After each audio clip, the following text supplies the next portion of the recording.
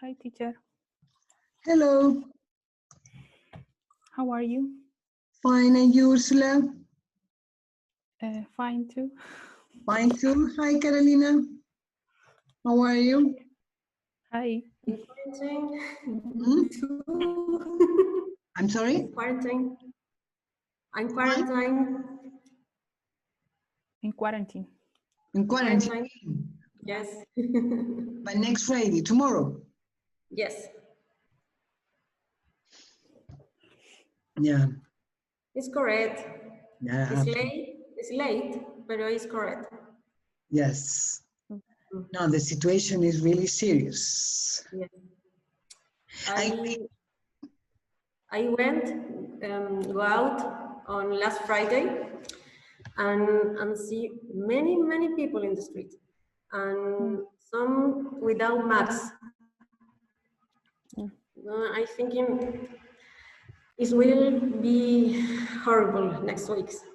Yeah, but I don't know, I mean, what people think. I mean, those people that don't respect quarantine, people that make parties, I don't know what, I think Chino Rios is right.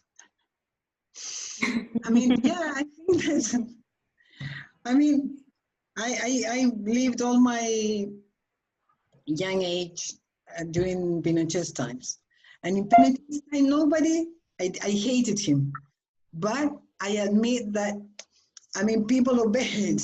Here, nobody obeys and don't care. And I don't know. I think Chino Rios is right. I think. Let's kill two, and then the third one, okay, we'll think it over. Okay, how are you, Javier? Fine, thanks. And you? Fine, thanks. I'm having a medicine. Camila, what about you? Hi, I'm good. Hi. How are you? Fine. That's good. Bastian?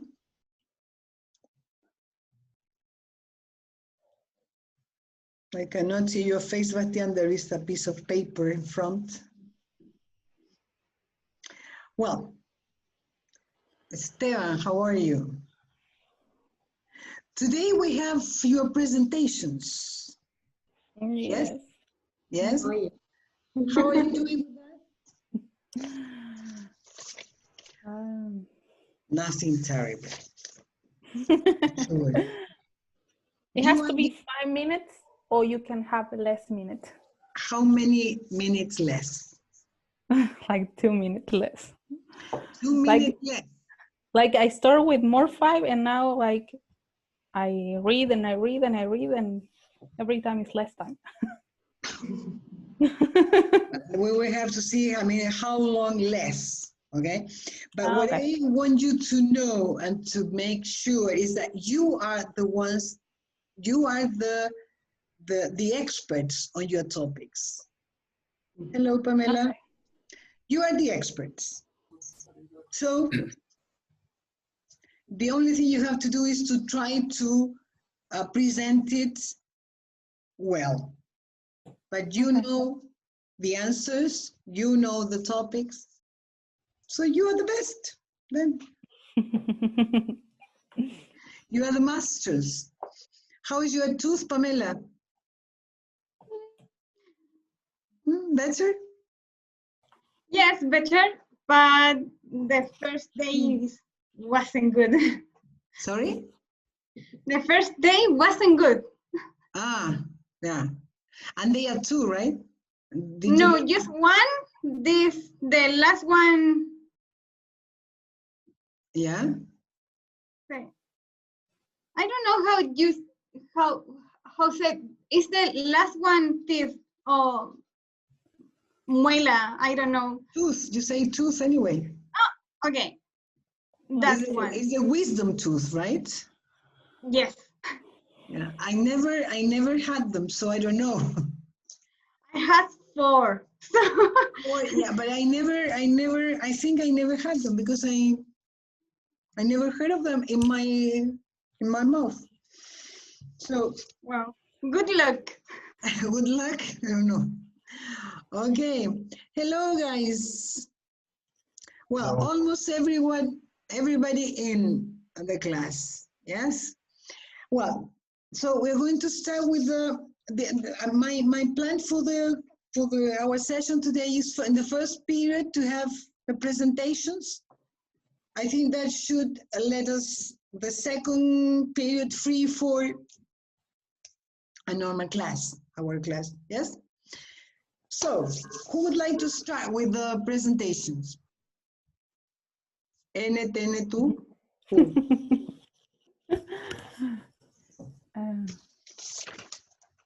Is okay, I will start. who says what? Ursula. Okay. Yes. Let me give me 1 second to write your Okay. Ursula Espinosa. Okay, Ursula. You have to share your screen then. Yep. Yeah. Let me see.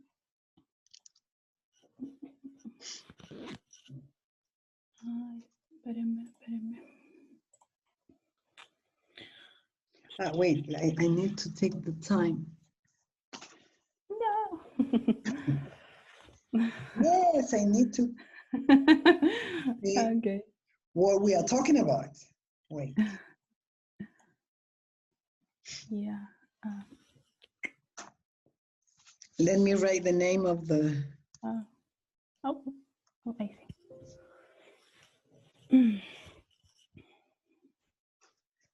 Okay, Ursula, you can start. Okay, well, good afternoon.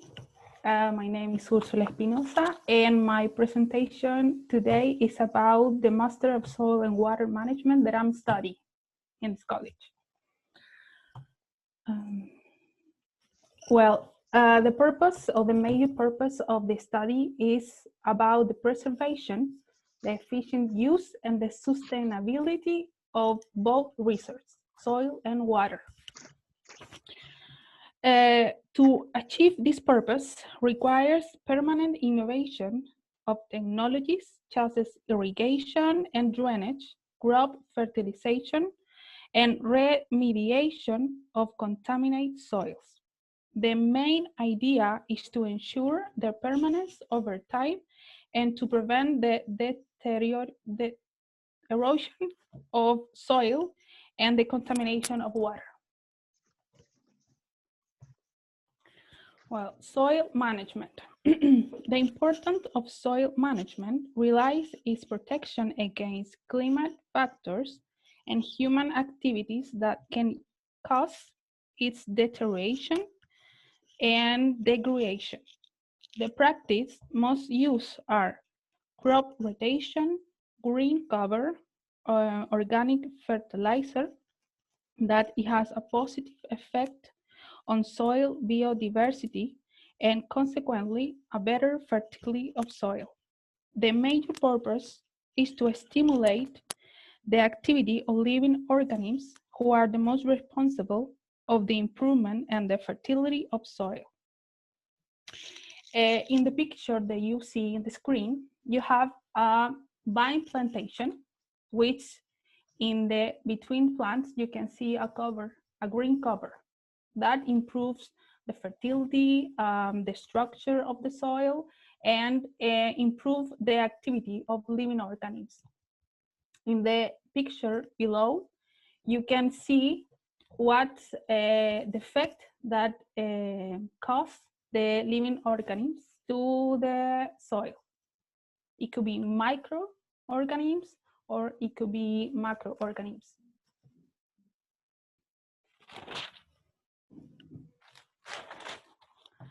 The water management. The most important technique is the irrigation. The choice of irrigation system is according to soil and crop study, making a better use to this research and more efficient. As you know, the north and the south of this country have water shortage problems, which is why making efficient use of water is so important.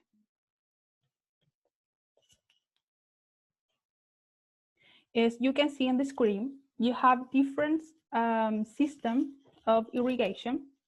It could be micro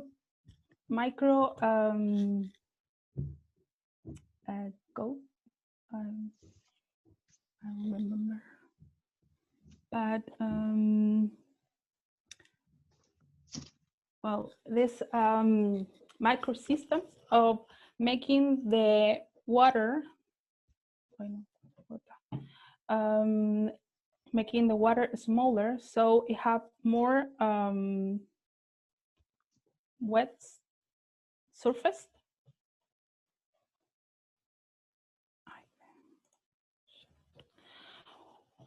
Well, the consequences of bad use of this resource. Well, if we don't worry about improving the management of water and soil, the future of agriculture is in danger, and therefore the food security of humanity. As you can see in the picture, you can see soil deteriorated for climate factors or activity humanity when they use bad practice of excessive of chemical fertilizer or bad use of water. The soil is erosion, and there's less vegetation. So the use of these soils are less productive. Most of the 50% the land in this country has problem of deterioration. And that's see. I don't know. Okay. And that. Okay. No, it's just 5 minutes, Ursula. Okay, thank you. Okay. 5 minutes, 15 seconds. Oh, I thought it was less. Then give me 1 second, please. Okay.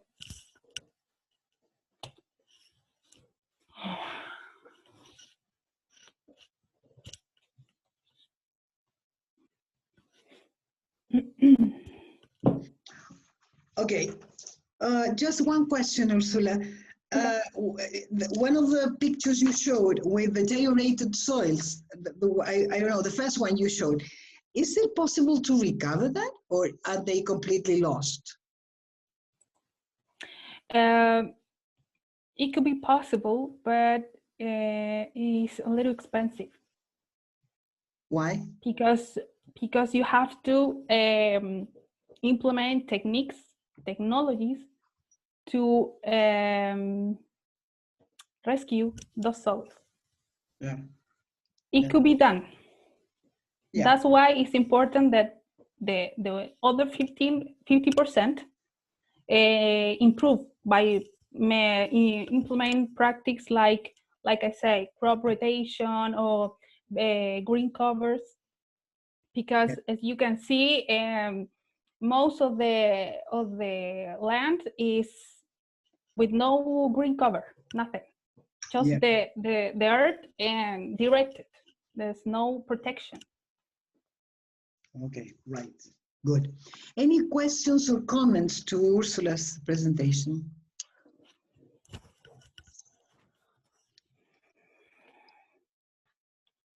No? Okay, thank you, Ursula. Okay. Okay, who's next? Germán? Bueno, Okay. estaba aplaudiendo, pero... Okay. Sorry. Thank you. Sorry, I still don't get used to this.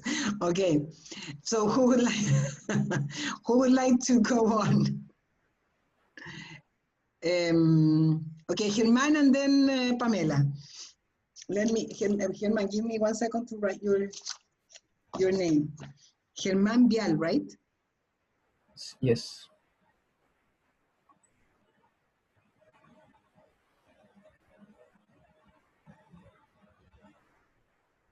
Can you see the presentation? Perfectly well.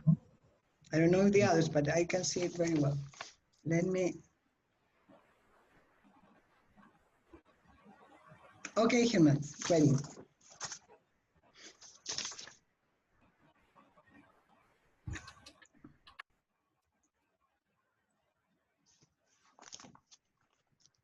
Okay.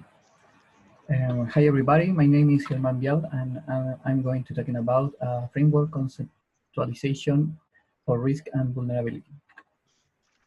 In a climate change context, in 2014, Intergovernmental Panel on Climate Change published a study called Climate Change 2014 Impacts, Adaptation and Vulnerability. In this document, it is stated that due to climate change, there will be a change on the probability of impacts on natural and social systems. In this sense, the focalization on risk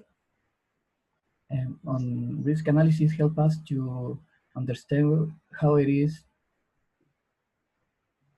affected by social and natural conditions. In this picture, we can see the risk function, which one has as variables hazard, exposition, and vulnerability.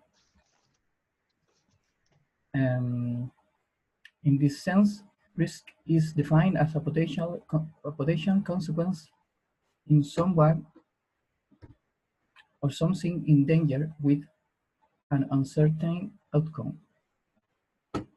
Authors define hazard as the occurrence of an event or physical trend that can be negative affect any aspect on the human systems. Exposition link between hazard and vulnerability is the human presence on a territory that is affected,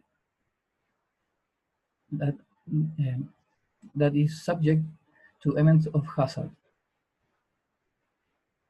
And then vulnerability is the propensity or predisposition to be negatively affected. It depends on sensitivity and the response capacity of the systems. The sensitivity is the degree to which a system is affected, both negatively or positively, by the climate variable or change. For its part, the response capacity is to face, manage, or overcome adverse conditions in the short and medium term.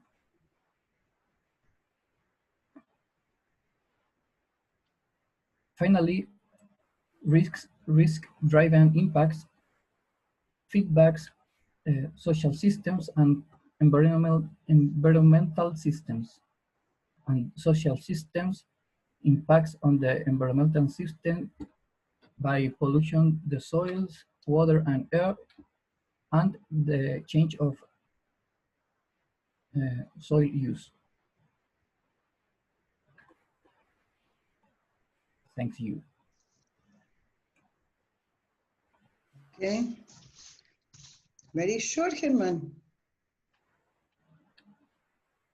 Yeah? How many times? 3 minutes, 39 seconds. And it's okay. Okay. Okay, thank you, Germán. Wait a minute. Give me 1 second, please.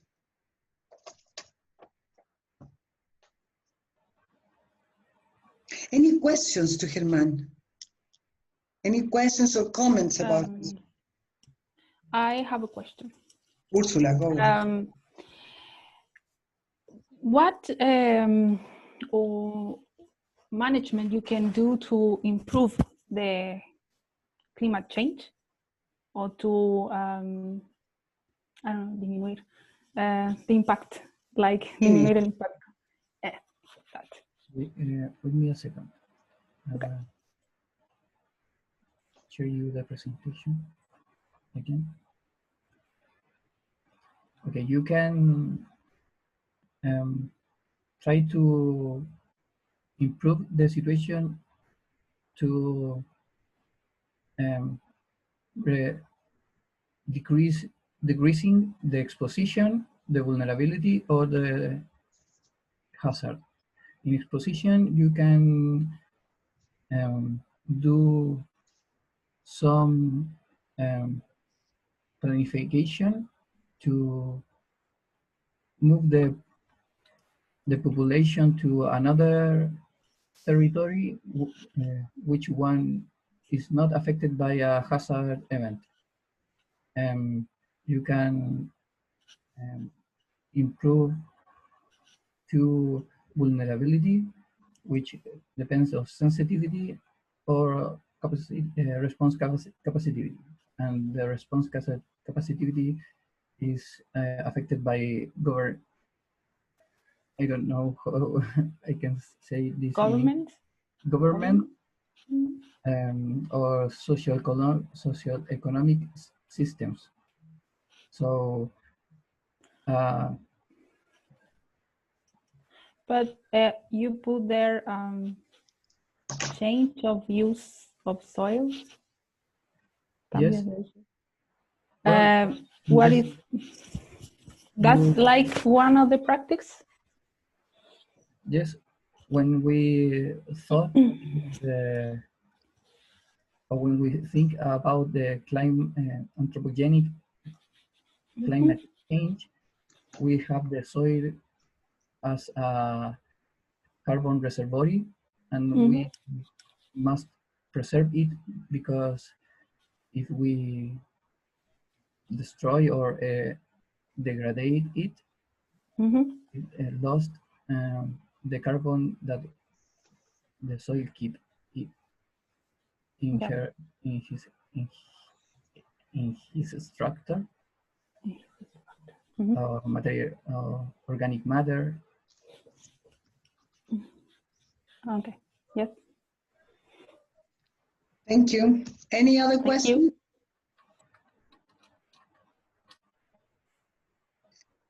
Any other question or comment?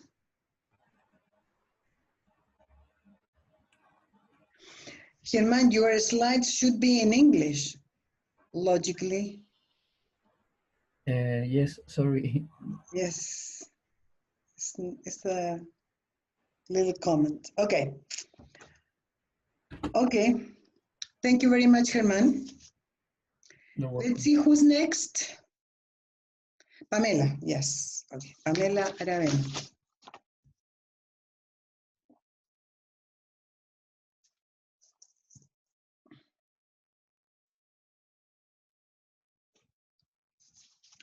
Oh. Let me write the slow name. Genomic and transcriptomic.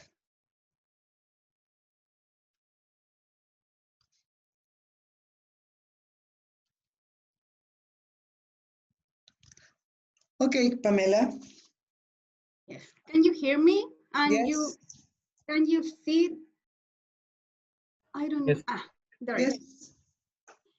Okay. This is part of my doctoral thesis. Here I'm going to resume one of the objectives of my thesis. So I work with genomic and transcriptomic analysis of P. rickettsia salmonis during infection in SHK or SHK1K1 cell line. Well, what is P. rickettsia salmonis? P. rickettsia salmonis is the causative agent of P. rickettsioses, also known as salmon rickettsial septicemia. It was first identified as a pathogenic agent in disease in coho salmon in Chile. So here we have P. rickettsiosis is a systemic infection in salmonid fish species. So when you collect fish, diseased fish, you can see the liver, and there is a spot of blood in the liver. That is not normal. So you can see this signs, or the spleen is huge. So that is not normal in fish.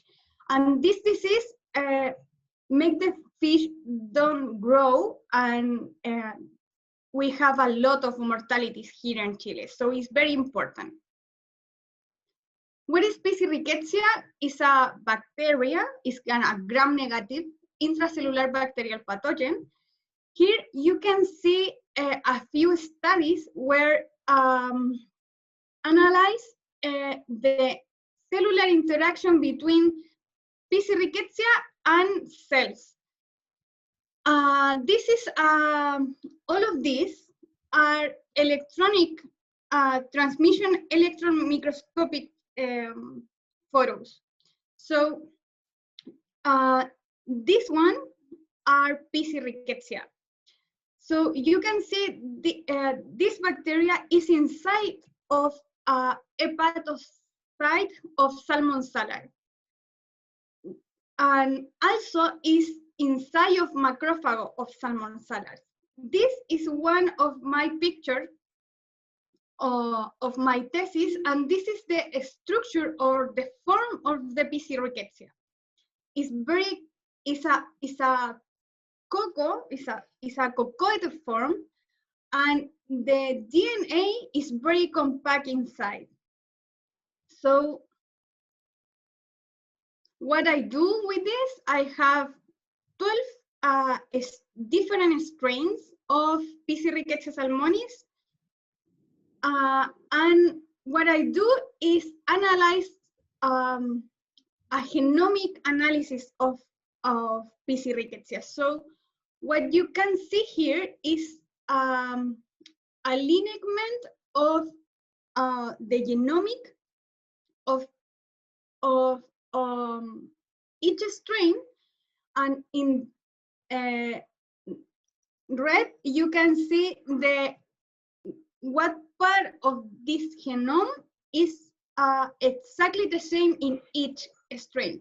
In black you can see the part of our accessory genome that is only for a few strains, or one strain only have these characteristics. So the genomic is very different between these 12 bacteria. What I do with this, I can analyze or characterize. I do a characterization of an infection process with one of these bacteria is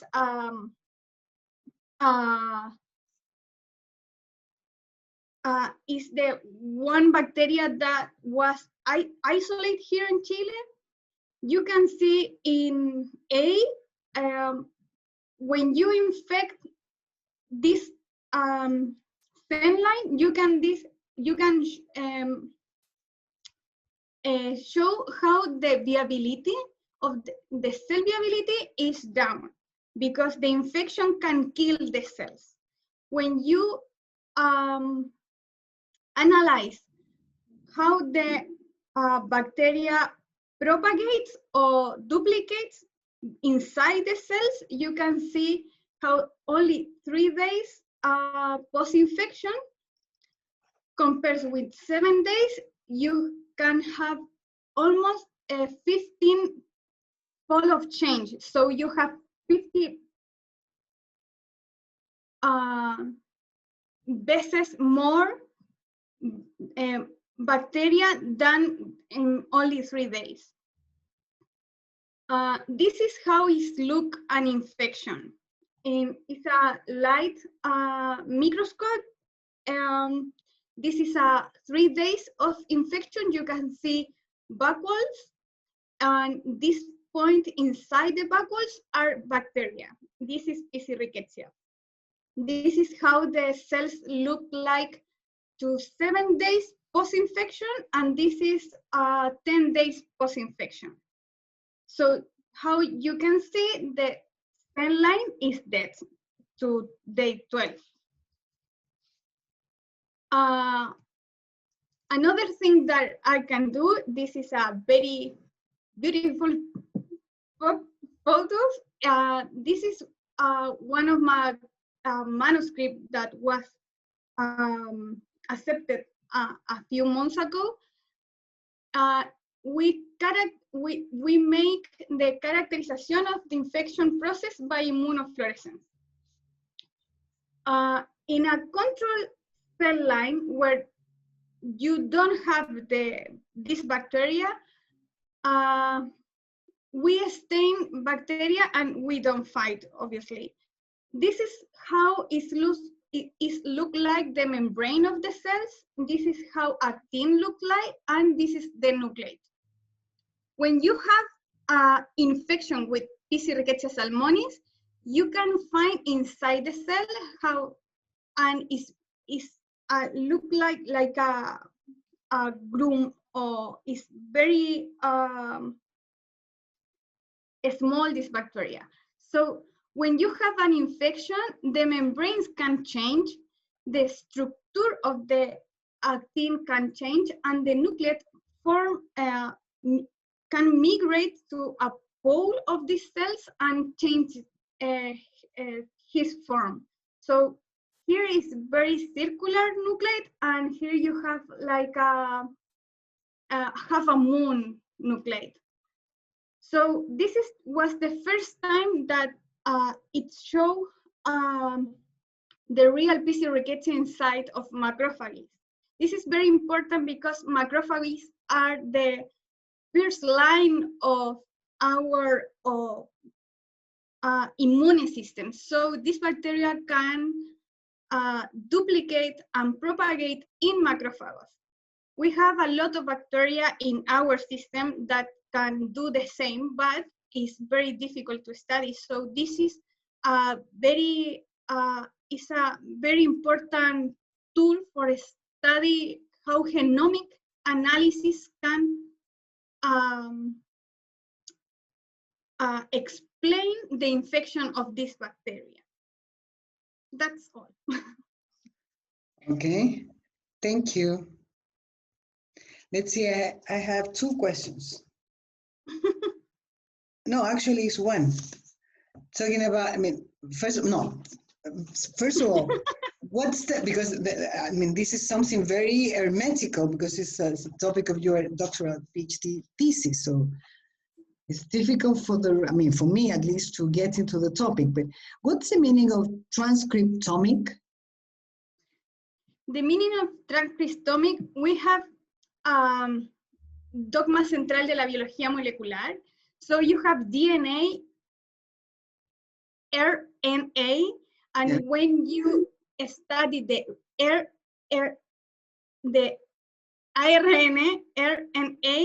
you talk about the transcriptomic, because you only study what the genes that are expressed. So you only study the transcriptomic. I don't know if I got it, but I can explain in Spanish very well. No. It's okay. It's okay. Well, why did you choose this topic for your thesis? Oh, it's a hard question. I always work with fish pathogen because they are useful like a tool for another disease like this one. So I'm biotechnology, so I always want to work with genomic and transcriptomic analysis. It's for to understand what we have inside, or what are inside our cells, and what is the meaning of what you have. So that for me is very important. Yeah. But here we are talking about specific species that is salmonis, right? Salmon, is that right? It's salmon, but this bacteria can infect all species of salmon. It's very important. Species. Okay. Yes. My question is, can it affect only other salmon species or other species? No, can affect another species like róbalo, Okay. trucha, Trout. that kind. Yes. So can be. This bacteria can affect all species that economic impact in Chile. Yeah, that is And mm-hmm. yes, and it's not endemic bacteria. This bacteria is in Norway too and Canada. Okay. And Ireland too. So it's a bacteria that could kill a lot of fishes. Here in Chile, it can kill about the 70% of the culture. 70%? So it's very important. Yes. Oof. Yeah. Yes, so it's very important. And kill adult fish, no small or babies.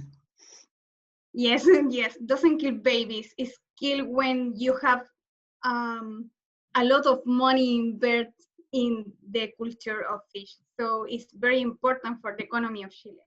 Yeah, and how long? I mean, no, not how long, but are you about to identify the I don't know, the causes of the infection? Yes, I have a few. I in this 12 strain, I have a group that are very low virulence, so I can analyze his genome and tracheostome, and I can see there is a effector system that we have too. So they don't have this effector complete. So it's very important, this type 4 secretion system for the infectivity of this bacteria. When one of these bacteria has the complete target or genes, it could be very virulent. But when doesn't have the complete core of genes, is not too virulent. So this is one of the target for virulence. Okay. Okay, thank you, Pamela. Any questions or comments to Pamela?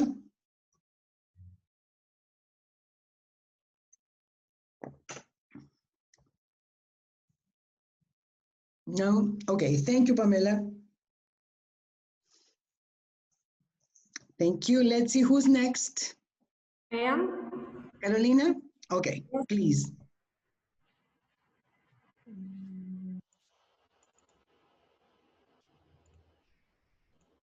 Carolina Fuentes. Sorry, let me write your name. Carolina Fuentes Besoain. Okay. Okay, Carolina. Okay, well, good afternoon, everyone. Today I will present you the agriculture innovation. The first is to know what is innovation. So based on Oslo Manual for Edition, we define innovation as the implementation of a new or significantly improved product or process, a new marketing method, or a new organization method in business practice. Well, how is the overview of innovation in Chilean agriculture? Well, I have bad news. Sorry, Carolina, to interrupt you, but there is something with your microphone. I mean, like an echo or something, or no? Can you hear me now? No. Better?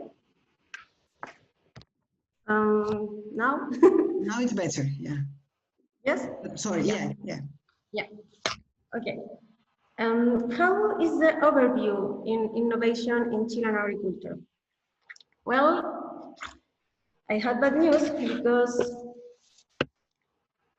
based on 10 survey innovation of economy ministry, we can see the rate of innovation in agriculture sector is too low compared to other economic sectors. It's only 95%. That means the 95% of agriculture business develop a new product or improve their process. So why is too low? In effect, the agriculture sector is a second less innovation sector of our economy. Well, it could be a result of the four main barriers facing the agriculture business to innovate, diversify, and grow. And which are obstacles to innovation in Chile? There are some studies they have investigated the effect of different types of barriers to innovation in Chile. And we could classify it in four types. Financial, due to the high cost to innovate. Knowledge, for lack of qualified professionals. Market, because our market is very traditional and is based on exportation of primary research. And lab cooperation, science technologies, and companies to promote the innovation. And why is innovation important for Chilean agriculture? Well, because between now and 2050, the Earth population will reach about 10 billion inhabitants. And one of the most important challenges Chile faces for its future development is productive growth. Consequently, the innovations play a fundamental role in increasing production of agri-food sector without erosion of natural resources and adapted to the expected change in the productive conditions derived from climate change. So, enough or die. and finish, I want to share with you the trends they have changed the agriculture industry on last years. They are 8 principal. The first is digital production system or smart agro. That means improve the decisions farmers based on data collection and processing. Next is vertical farms in megacity. This is a small area within the city to produce variety of agricultural crops without soil, without natural sun. It's very artificial system. Simulation of agricultural crops. They are software computers that can simulate daily growth and develop of crops. Transparency 2.0 in relation to food products. That means provide them information that go beyond the natural, the nutrition facts label. For example, no genetic modified organisms. Personalization of land or precision agriculture.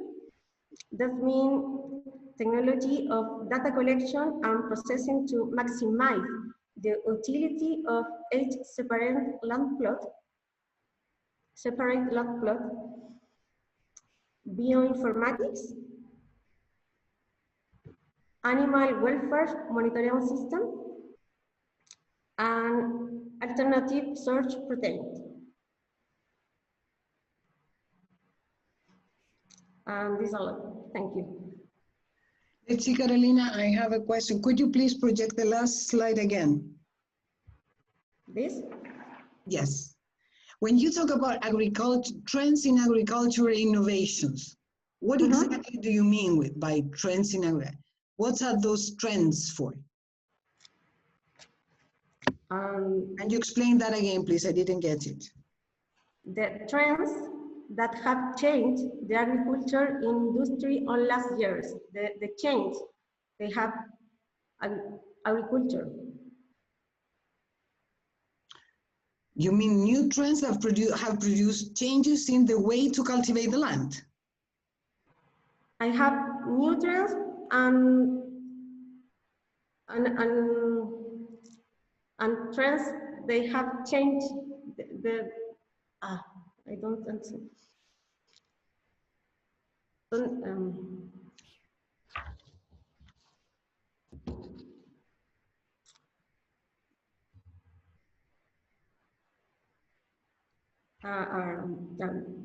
Digital production system is new trends. Mm-hmm. Yeah, and precision agriculture is not new now, but the precision agriculture is changed the agriculture on 5 years ago or 10 years ago. Okay. So they are different trends that have changed the way, I mean, the way agriculture is carried out, the way, Yes. yeah. Okay.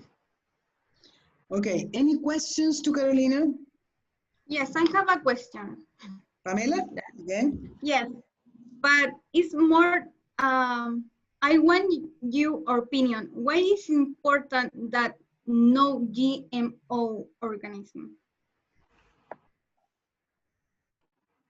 There is a tendency in the required information, the origin, the products. The people don't have consumed products genetic modified. But we always consume genetic modified seed. It depends, because in Chile is not autorizado food products genetic modified. But only For animals is approved, but for food products for people is not approved.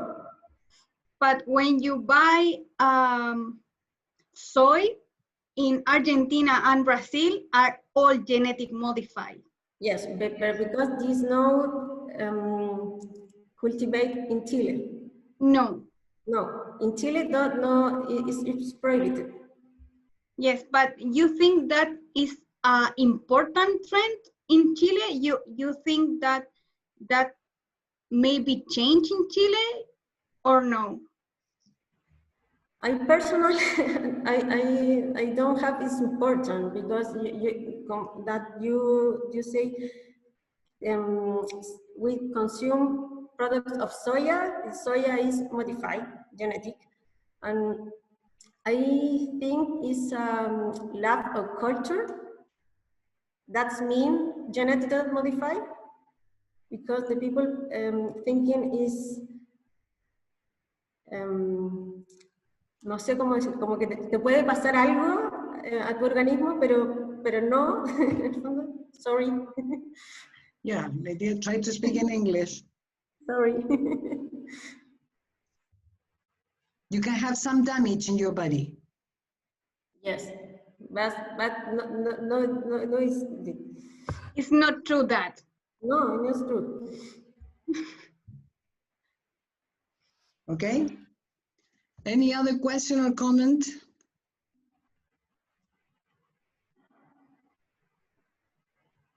Okay, thank you, Carolina. Okay. Who's next? Javier, okay.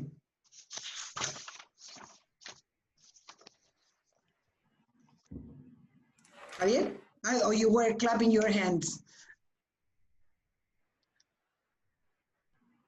Javier.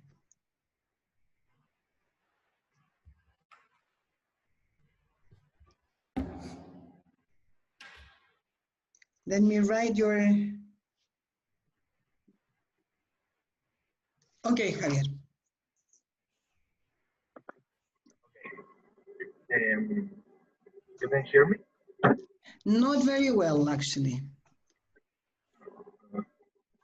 So it's because my internet is slow today. Okay. Okay, let's hope for the best then. Okay. Hi, Miss and classmates. I'm Jorge Anillo. I study agriculture and master in enology and viticulture. My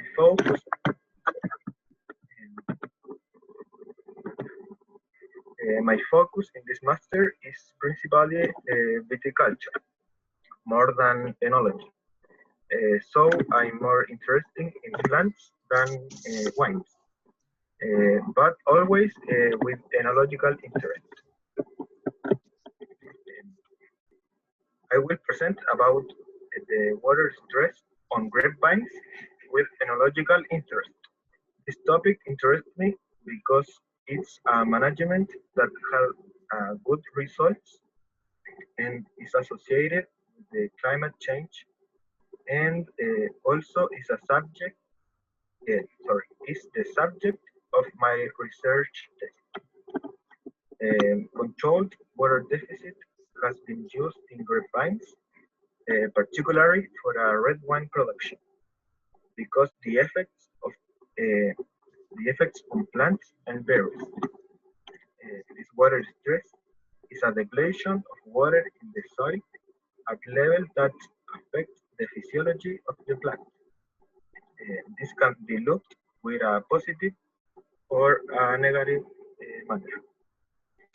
With enological interest, the water stress produces a higher relation or ratio to skin to bulb, and also water stress impacts the plant's decor, resulting in shorter stems and stem internodes and smaller leaves.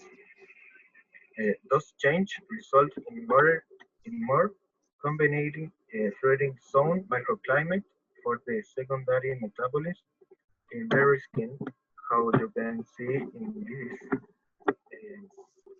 picture. This water stress is important in improve the quality of the wine. With the development of the wine culture in countries like China, India, and countries of the New World, the winemaking have to provide better wines than before.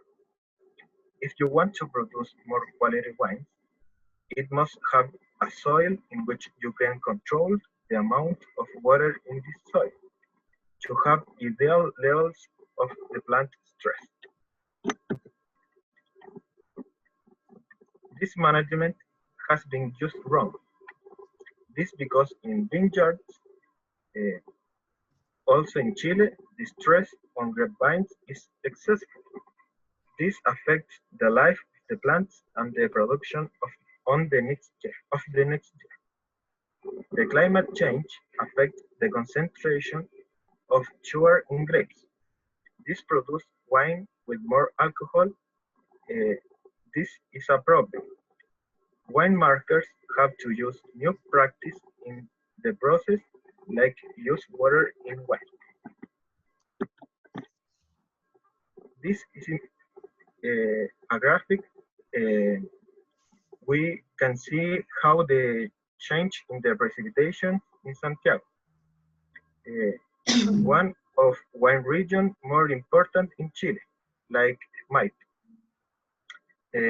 This for the effects of climate change. These have an important association with the water available to irrigate the grapevines. Every year have less rain and snow than the previous year. For this, we have a big challenge to research how is the effect to every variety of grapevines in different wine regions in Chile and world. And this was my presentation of stress water with enological interest. Okay, thank you, Javier.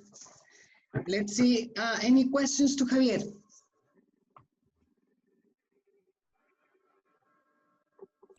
Javier, I have a question. In one part of your presentation, you said that because the problem of water or the disponibility of water, the grapes have more sugar. Yes. You can tell me about that a little bit? What happens to the production of wine? Yes, that because in the develop of the grape, in the third phase, the plant and the metabolism in the grape have less water. So the lung of the base and the volume have less size. So the sugar is more concentrated in the grape. And in the final phase of the develop, have a deshydrated. I don't know how to say deshydratation. So have less water and the sugar every day is more concentrated. And so this is a problem to wine markers. Sorry, if there is more sugar, that means that you have more alcohol? Yes, yes. And more alcohol can be toxic to yeast in the wine markers. Can be toxic to yeast? Sí, the levadura, yeast. Yeah, I know, but okay. And what could be the effect of that? The effect is the fermentation can stop and you Sorry, the lose fermentation time what? can stop Ah, and you lose time, money because you have to buy others yeast and it's a really problem. yeah, it's a real problem. Yes. Okay, any other questions or comments to Javier? Okay, thank you, Javier.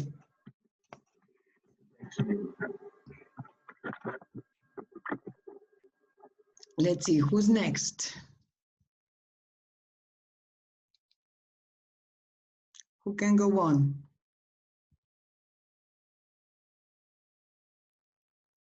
NTN2. Bastian, can you? Yes, I'm having some internet connection troubles. So if the audio gets cut off, please let me know. Okay, okay. Let me I'm write going your to... name. Bastian Chavarria. Okay, Bastian.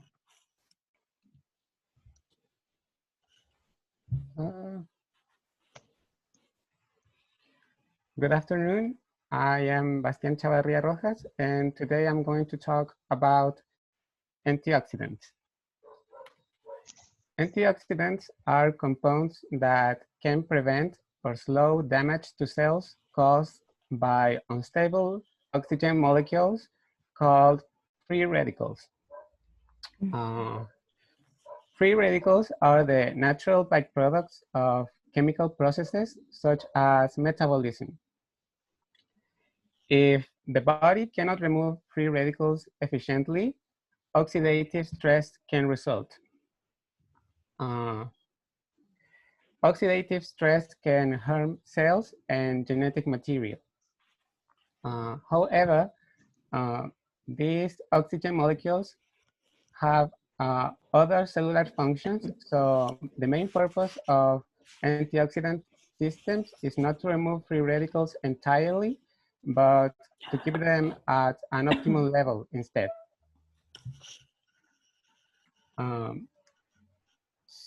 Factors that, factors that increase the production of free radicals in the body can be internal, such as inflammation, or external, for example, pollution, exposure to sunlight, and exposure to cigarette smoke. In the last few decades, several studies have suggested that oxidative stress plays a role in the development of many conditions, such as cardiovascular disease, cancer, type 2 diabetes, Alzheimer's and Parkinson's disease, and inflammatory diseases, such as arthritis and lupus. Oxidative stress also plays a role in aging. The more damage free radicals do to cells, the faster we age. So that's why an intake of antioxidants can help to reduce the risks of developing such conditions. The main sources of antioxidants are plant-based foods, such as vegetables and fruits, which are rich in antioxidants. And the most common antioxidants found in plant-based foods are vitamin C, vitamin E, and beta-carotene. On the other hand, the human body produces its own antioxidants as well. So in conclusion, eating a healthy diet is important. It helps us to reduce the risks of developing many health conditions. And yeah, that's why eating a diet that's rich in fruits and vegetables is important. Thank you. Okay, very good but short. See? Yes. How long did I take? 3 minutes, 14 seconds. Maybe I went too fast because when I was practicing, it took me about 4 minutes. Okay, maybe you went too fast, but it was very good. Thank you, Fatian. I don't know if that somebody has a question or a comment.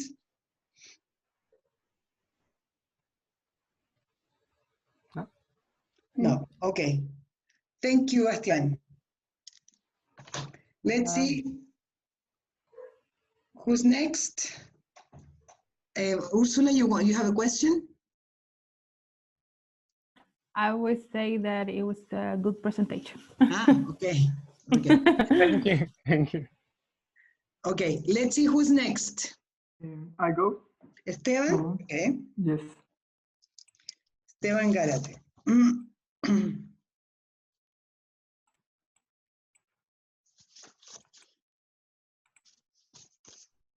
Fruit culture.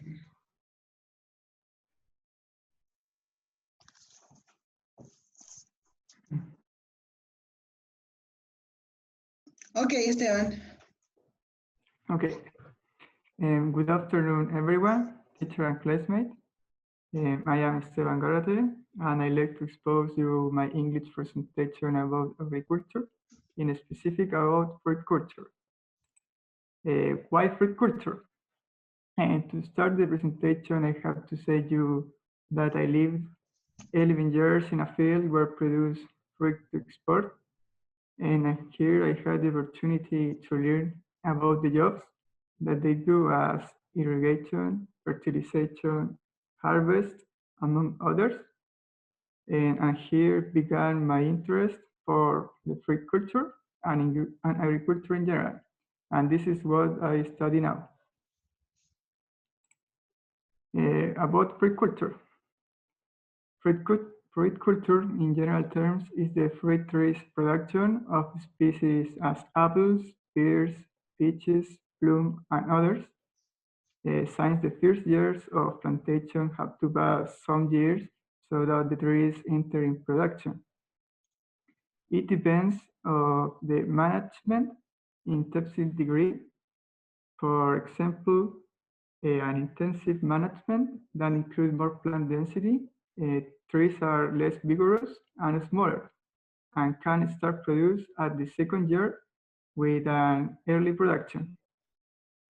On the contrary, less trees per hectare do big trees that be late to form, and it produce fruit. The first years spent in giving form to the trees and take care of them from plagues and diseases to guarantee the future production. Labors. Later began other tasks like pruning, in which vegetative material is renovated, cutting of branches, and harvest to recollect or fruit produced, and among others like lot adjustment and agrochemical applications. In this picture, you can see the first years of a plantation, and that is important to give form to the trees. In this second one, you can see pruning of the trees. And in the right picture, you can see a harvest of chirimoya fruit.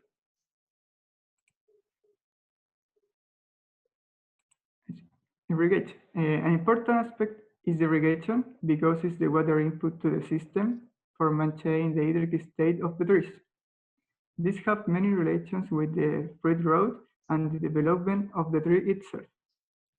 If you have a problem with irrigation like the unmatched system or an excessive or deficit irrigation can produce troubles to the orchard as poor root growth that become in less nutrient and water uptake and less development in the tree.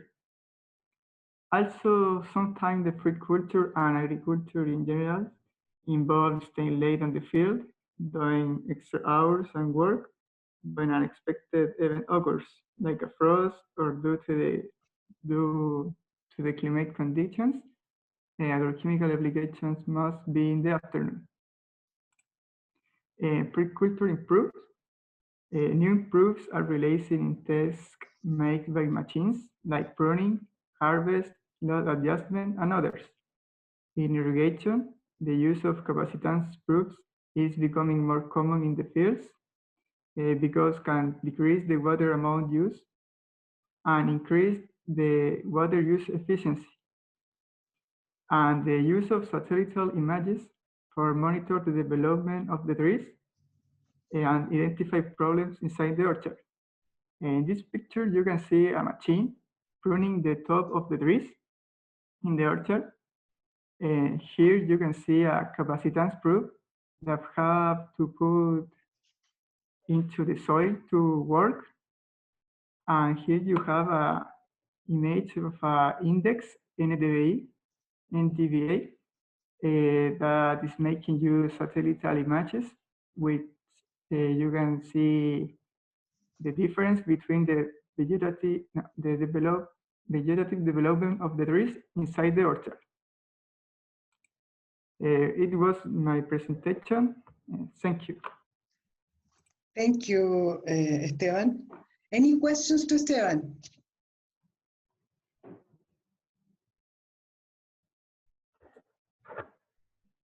Any questions or comments?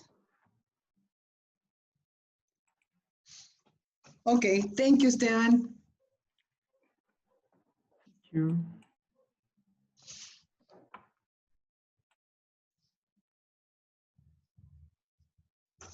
Okay, who's next? Camila, can you? Yes. Okay, let me see. Camila. Okay, Camila.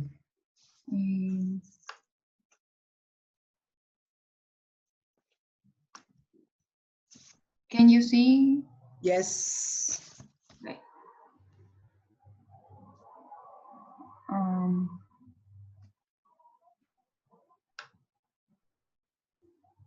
Okay. Okay. So, good afternoon, teacher and classmates. My name is Camila Mejet, and today I will talk about sustainable agriculture. Agriculture and efficient use of resources. The agriculture faces the challenge to increase its productivity to supply the growing food demand worldwide. At the same time, it needs to be more efficient in the use of natural resources, adapt to new climatic patterns, and make a positive contribution to the environment and society. Due to this, it emerges the necessity to develop an agriculture activity that mixes the environment protection, social equity, and economic viability. In summary, a sustainable agriculture. Objectives of sustainable agriculture. The sustainable agriculture aims to the rational use of resources for agriculture, particularly soil, water, and agronomic supplies. The objective is to have a greater production in less soil surface to satisfy basic food needs without or minimizing the environmental impacts in an economically viable way and without producing health problems on the producers and society in general. How to achieve sustainability? For this, it's necessary to intensify food production in a sustainable way, use fertilizer in a more efficient and less contaminant way, develop biofertilizer, significantly reduce pesticide use, and replace them with biopesticides. All of these contributes to the national goal to reduce 30% of greenhouse gas emission by 2030. Management practices. The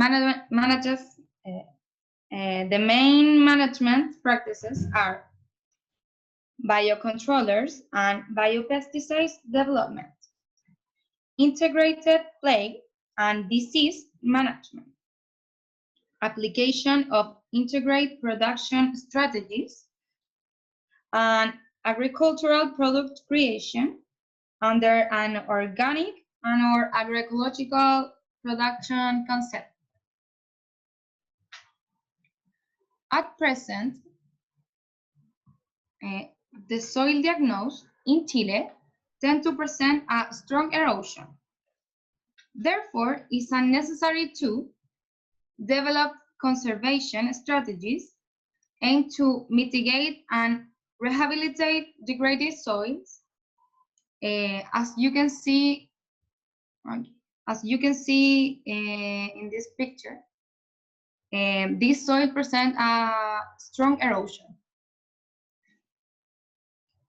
Strengthen the concept of sustainable use of the soil resources, biological, economical, and environmental, and the main nutrients in agricultural systems. And finally, water use efficiency. As you can see in this picture, here is used technical drip irrigation. And this was my presentation. Thank you for your attention. Thanks, Camila. Any questions to Camila? Questions or comments? No? Okay, thank you, Camila. Let's see. Fernando Tomás, who's next? Fernando, okay. Okay.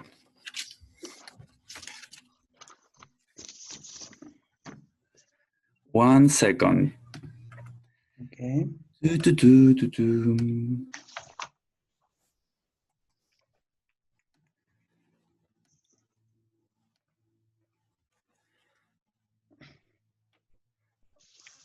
Okay. Good afternoon. Today I'm going to present about phenological states of the mandarin tree. My presentation consists of two parts, the vegetative cycle and the reproductive cycle.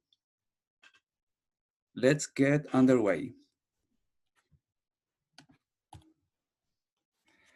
Okay, the vegetative cycle of mandarin begins in spring around on September 15th. with the vegetative growth. The vegetative growth is the growth of the leaves, stems, and roots. Here, the growth increase a lot because the temperatures also increase. Then for January and February happen the summer recess, that it is a recess of growth. And that happens because the temperatures are too high. After, when in March the temperatures begins to decrease, the growth start up again until the end of May, when the temperatures are too low. So the tree enters in winter recess. The mandarin tree is evergreen. That it means that his leaves don't fall in the winter to different other trees, like for example, the apple tree or peach tree. In relation to the reproductive cycle, these begin in April and May with the floral induction here. The floral induction is a physiological process. Then in June, July, and early August happen the floral differentiation here. Floral differentiation is a morphological process.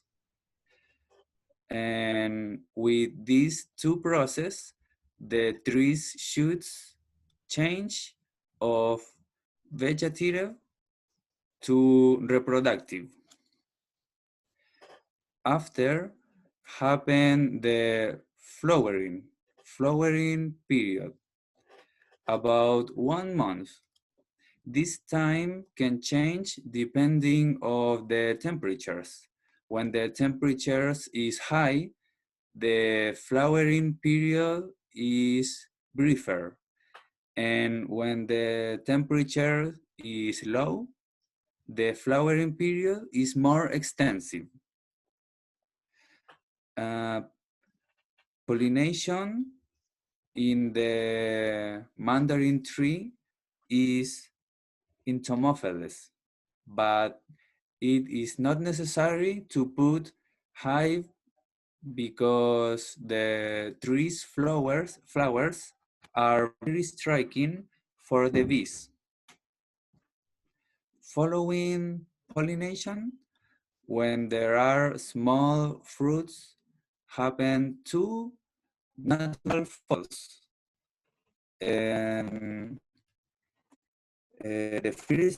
The first natural falls occur by bud pollination, and the second natural fall occur by competition for glucose. These natural falls can increase if happen stressed by high temperatures or by lack water. Then happen the growth of fruit by around of 5 months and the ripening around 1 or 2 months. In the first phase, we have a lot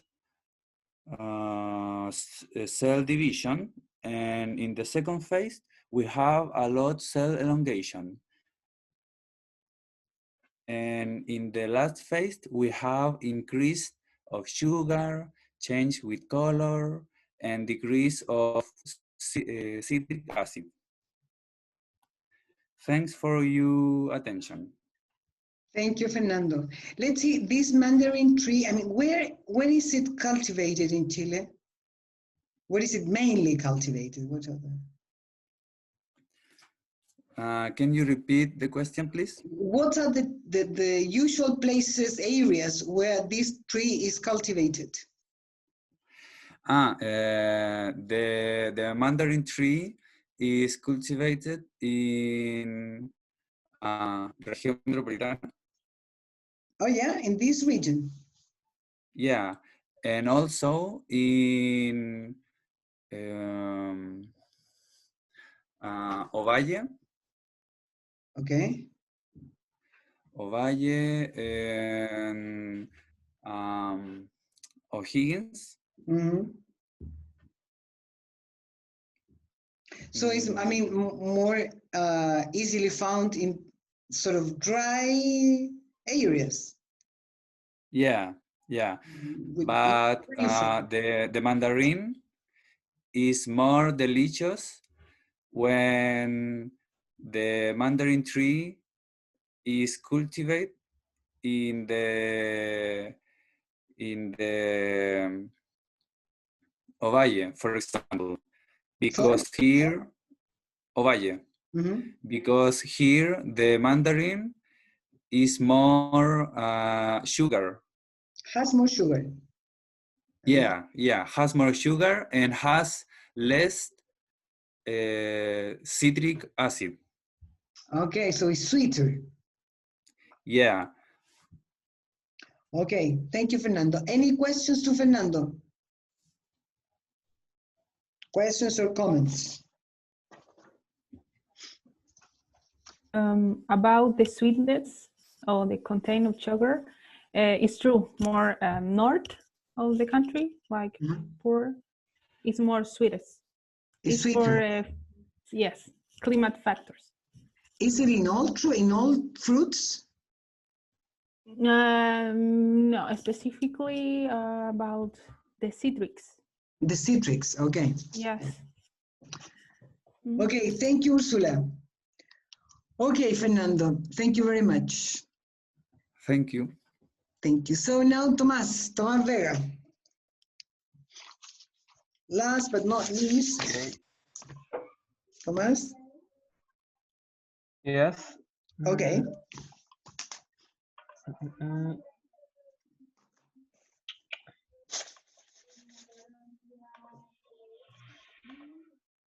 Can you see it?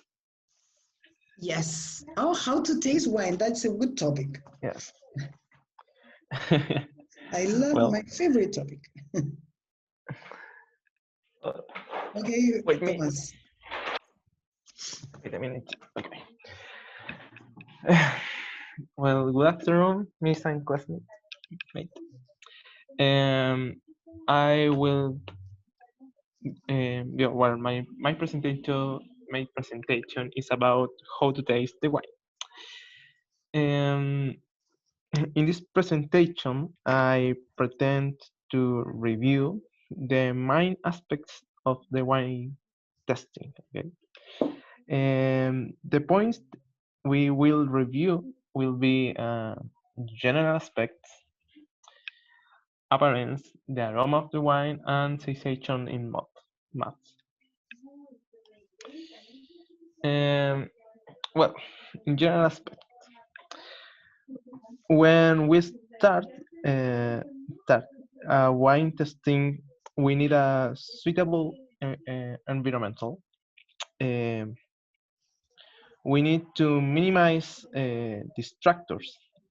For this, we need to have, for example, white walls, good illumination and good ventilation, etc. And for other side, the wines need a specific temperature when they are served. The temperature of white wines must be about 6 and 30 Celsius degree, and the red wines must be about 14 and 18 Celsius degree. Okay. before that we testing the flavor of the wine, we will begin by observing the color of the wine. Okay. In white wines, we can see colors from pale yellow or green to golden colors. And in red wines, we can see colors from purple or ruby to brown colors. Okay. After saying the color of the wine, we can feel the scent the wine, the aroma of the wine. Um, in young wines, we can feel fruit and floral aromas. Uh, how I don't know, apple, pineapple, drops, etc. And in in all wines, we can feel spice aromas and balance. Mm-mm-mm. Sensation in mouth. When um, mm, I'm sorry. When we try the wine and feel it our mouth, we can feel many things. How can be the astringency, the structure, the flavors, persistence, persistence in mouth, intensity, etc. Uh, um, other side that this is that we should try not to swallow the wine. Uh, we should spit it out the wine. Okay, not try it. Yeah, well, not. Yes, I think that is short, but the the okay. Well, this is a little introduction to the wine testing. Thank you. Thank you, Thomas. I have a question about, could you please show the slide with the different colors, please? Different colors? Yes, Okay. this one. Okay, you said that this goes from red going into purple and then Yes, light purple brown. or ruby. Ruby, yeah. Yeah. And then you go through deep purple, or I don't know if purple, but it's very dark red. I'm sorry, what is the question? I haven't made the question yet. I was, Okay. the thing is, what does it depend? What does it depend on? How do you Okay. get one color or the other? What does it mean? It's for the evolution of the wine of uh, the uh, molecular things in the wine. Okay. For example, yeah. For example, I don't know how to say that. Anthocyano, anthocyanous. What's that? It's a molecule. It's the molecular, the molecule that to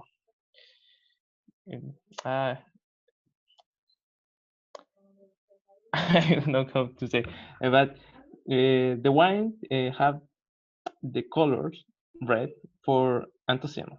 Okay, and the evolution of this anthocyanous And what is Uh, antociano? Excuse me. Antociano What is that? is a well, it's a molecular It's a molecule. Yeah. molecule. Yes, that is present in the fruit in general, or flowers, or in the wine, and oh, and probé. Sorry? And probé o I estrella, tried. no sé, try, color to the wine. The color. The Ah, responsible of the colors in the wine is the anthocyano. okay. The color, the red color. Okay, Thomas. Thank you. Any questions to Thomas? Questions or comments? No? Okay. Thank you, Thomas. Thank you. Oh.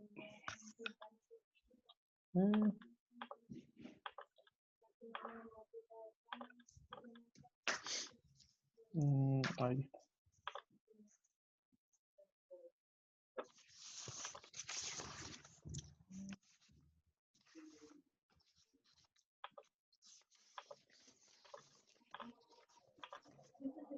Okay. What time is it? Okay, 4:30. Just time for a break, 10-minute break, and then we go on. I will make some general corrections. I mean, I will explain some things, and then we go with the second part of the class. Is that okay? Okay, 10 minutes. Yes. Okay.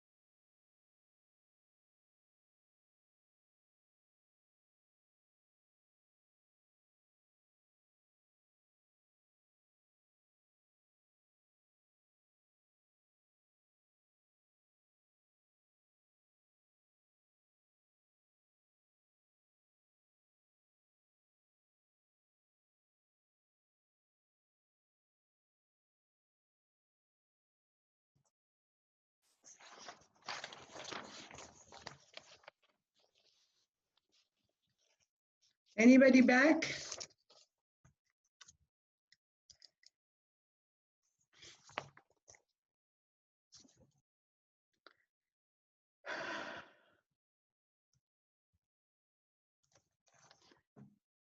Hello?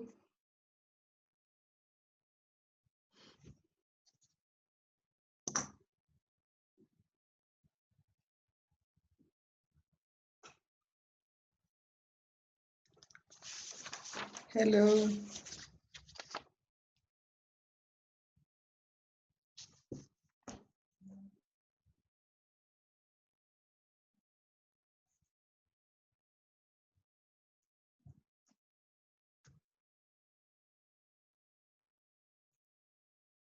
Some seconds, please.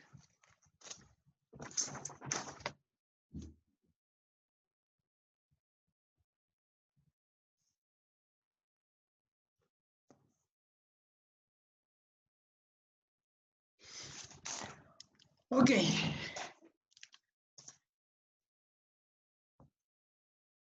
Let's see, I would like to make some general corrections. I mean, individual corrections can be later, but now I would like to do some general ones.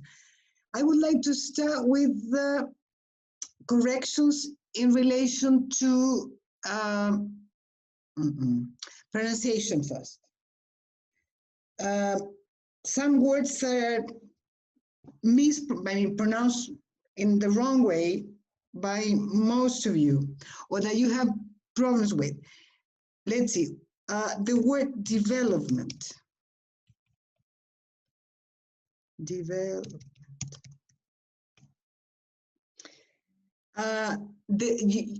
And also the verb develop. These words are, develop, development. So the stress is on the second syllable. Let's see. I will write the develop, development.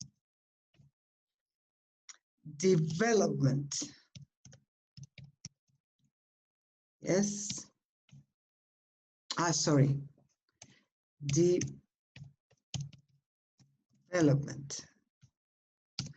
Development, okay? People tend to tend to stress the word in the last syllable, development, yeah? The other words, some words that the other word is consequently.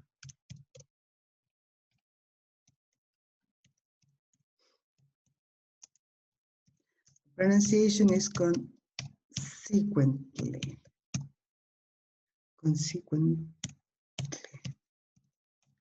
Consequently, okay? I don't know, when you use the dictionaries, do you know how to, and you see the pronunciation, can you identify what the stress of the word is or not? So? Let's see, I will show you, because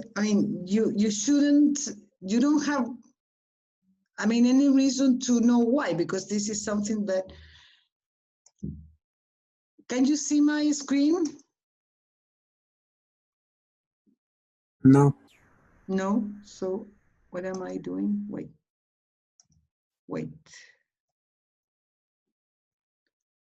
I was sure I was sharing the screen. I know you're not. Yeah. Can you? Can you see my screen? Okay. Yes. If you write using word reference or any other dictionary where you have the pronunciation written, let's see, if I write the word development, for example.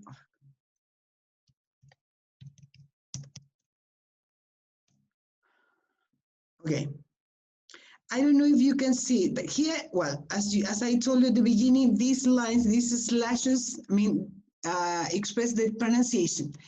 Can you see there an apostrophe at the top after D and then the apostrophe? Can you see that? Yes. Well, the apostrophe shows stress, and that shows that the syllable that is after the apostrophe is the one that you must stress. So development. Do you understand it? Yes. Development. Yes. If we see another word, the other word is management. That is the other one. Management. Here is at the beginning. You see, here you have at the after the slash you have a comma, an apostrophe there. You see, that is the first syllable. Management. Yeah, management. Yes.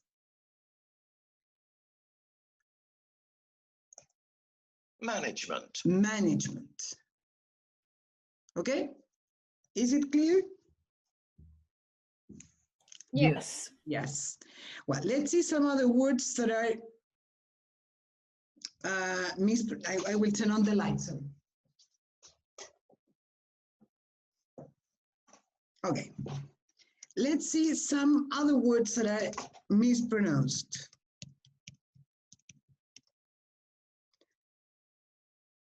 Agriculture. Did I tell you, I can't remember if it was in this group, about the vowel pronunciation? No? Okay, we're going to do it now. Agriculture. I cannot do it. Wait, let me show you let me share the screen. No.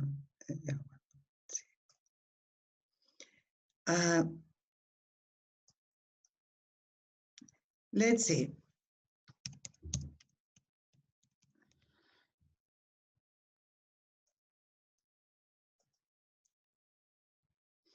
Okay, here we have in any pronunciation, I mean American or British, you can see a symbol like a V but inverted. Can you see that? Yes. No. Yeah? Well. Yes. That is, how can I have to stop sharing. Let's see. Let me go to whiteboard. I think it will be easier. In English, when you have, wait.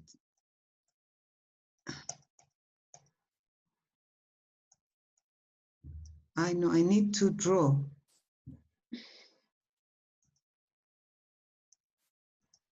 Why do I have that awful? No, it's not, sorry, it's not this one, it's the other one, it's Spotlight. This one. No. How can I write here? Necesito tiza. Plumón. Draw, but I cannot. ¿Por qué no puedo dibujar? ¿Ese? Sorry. Quiero dibujar y no puedo. Pero, profe, ¿no le sale la opción de lápiz? Pero me sale dibujar, po. ¿Cuál lápiz? Me sale en raya, pero me sale flecha, yo no quiero flecha. ¿Ese Spotlight, ese? ¿O el Stamp? No, como...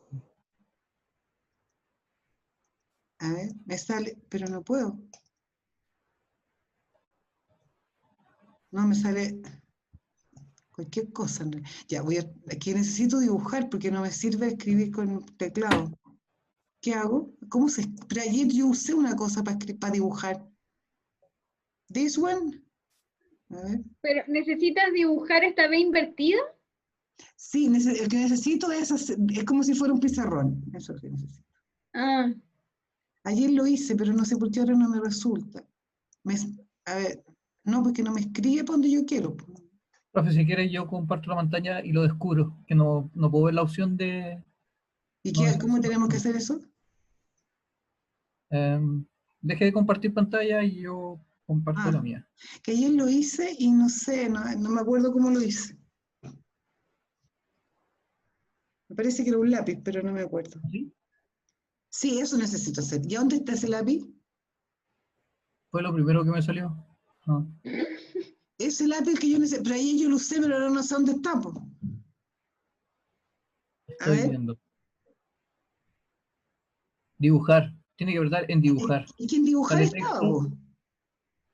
Ya, pero sin apretar nada más. A ver, espérate. Estoy en dibujar, a ver. A ver. Estaba en dibujar. A ver. Dibujar, ahí estoy. Ah, ya, parece que yo cambié de opción. Ya, ok. Thank you very much. Yeah. So, yeah, that's it. Okay. This is the sound you use when you say, for example, ¿qué onda? What is that? Let's see, again. This is a symbol, the sound you use when you say cup, right? Cup. It's a short sound, cup. Or when you say, for example, but, sorry.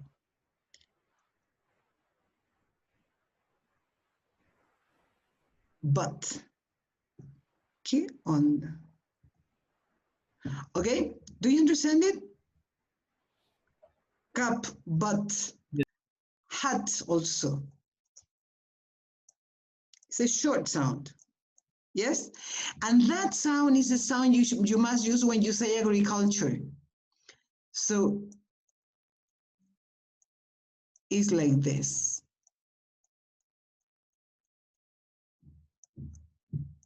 Okay, agriculture. Yes? Do you understand it? Yes. Yeah. Okay. Let's see. Well, I want to stop with the okay. One of the, well, this is one of the complicated sounds. The other one is a sound that is like this. Oof. Wait, it's difficult to write with this. It's a combination between A and E. Example.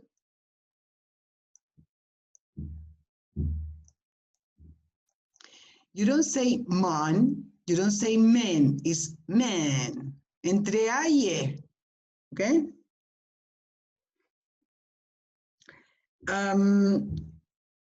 But I would say the main difficulties were with the word, the same, this one. Yeah, agriculture, culture,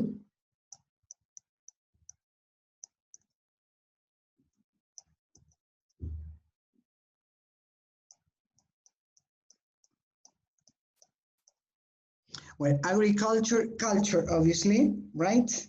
What is the other one? Wait, give me a second.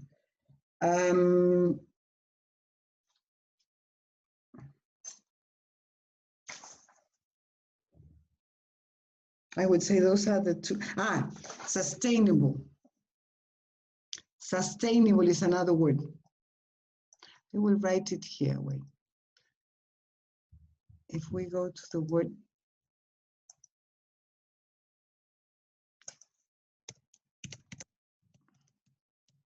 sustainable or sustainability.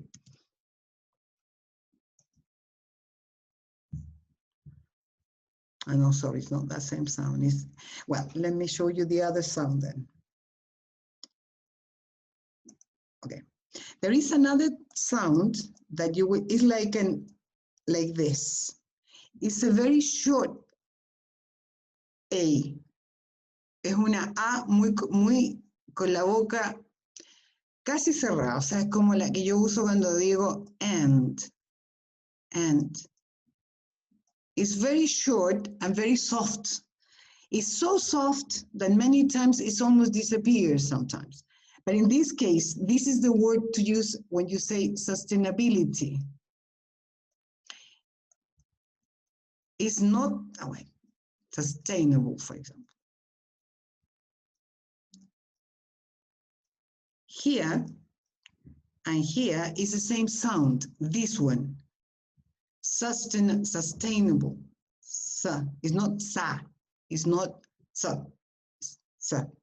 Sustainable. Can you see the difference or not? Yes. Yes? Yes. It's the same sound you use with the word and. Okay. Let's. Huh?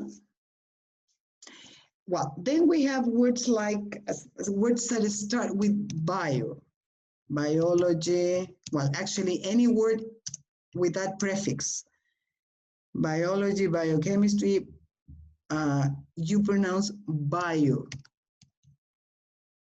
biology in this case. Okay, but the prefix bio is always pronounced bio. Okay. Okay, that is in general in pronunciation. I don't know if you have any particular questions or comments. No? Okay, something that I would like to,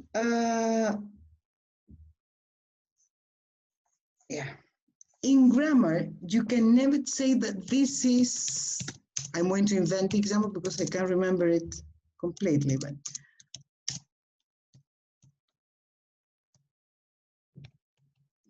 you can never make this construction. This is for to show, for to, never. You say this is used to show, or this is used for showing.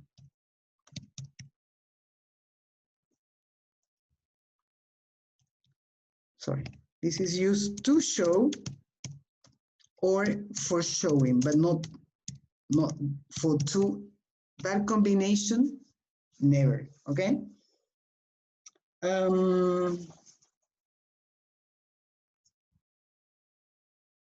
Yeah, I would say, something about chirimoyas. I don't know if I'm wrong. I can't remember who talked about, Esteban, you talked about chirimoya.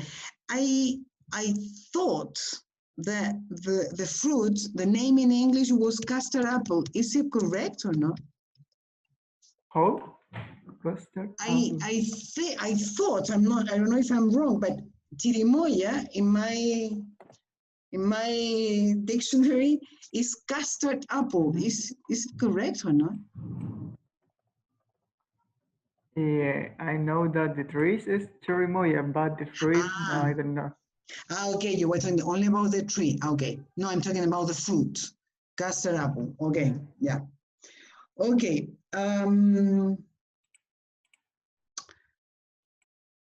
Okay, that's it. Any questions or comments? Something else, sorry, one more thing. There is a confusion in some students between the word how and the word as. In Spanish, both words can be translated the same, como. But in English, they are totally different. How is used to say the way you do it, the way. How means the way to do something, the way to do something, we can say. The way you are, the way. How are you? I don't know how to do this, etc. I don't know the way. Nothing to do with the word as. As means como in the sense of, for example. Maybe, for example, maybe representing something. Yes? Do you understand it? Okay. Yes. Well, that's it about corrections of presentations. And now in the last part of the class, I will ask you to, I remember at the end, I don't know if it was at the end, but last class we talked about present perfect tense. I don't know if you remember that. Do you remember? I have done, no, we're talking about cities. So we said the city has changed. The city has changed. Do you remember that? And yes. we talked about this compound tense to express an idea that started in the past and continues to the present in a way. Well, I will ask you to, I found a video that I would like you to watch. I don't know if you prefer to watch it with me, I mean, in my screen, or do you prefer to watch it, I mean, on your own? Well, let's see. Anyway, it is in your courses. I think we can watch it together because there are some exercises and some explanations that we can do. It's in enlaces. Now it's published, okay? It's present perfect. Okay, here we will find two versions of the same, not two versions, two aspects of the same tense. It's present perfect, but in a simple and continuous. I will ask you to watch the video and there you will see the examples clearly. Can you watch the screen? Can you see the screen? Yes. Yeah, okay. So here we go.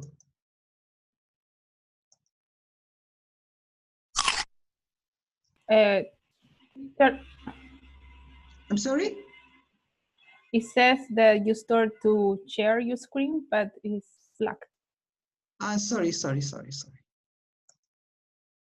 Okay, no, I think it was, wait.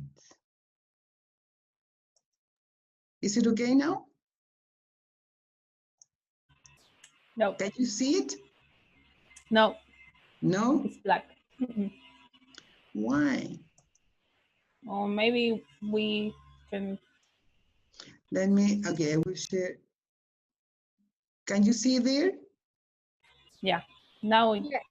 Yeah? Okay. Yeah. So. Discovering Dubai? Yes, that's.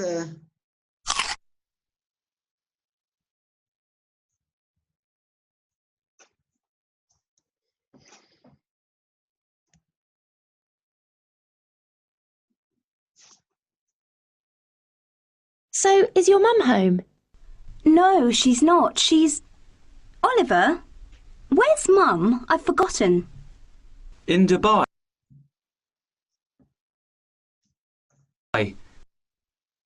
She's been writing What's up? about the architecture there.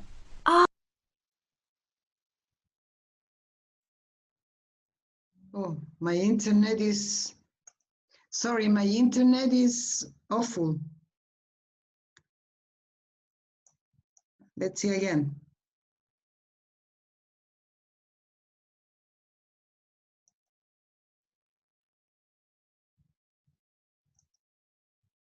So, is your mum home? No, she's not. She's... Oliver? Where's Mum? I've forgotten. In Dubai. She's been writing about the architecture there. Yeah. She's been travelling so much recently, I never remember where she is. Why? What were you going to ask her? Oh, nothing much. My Chinese teacher has given me some homework to interview an interesting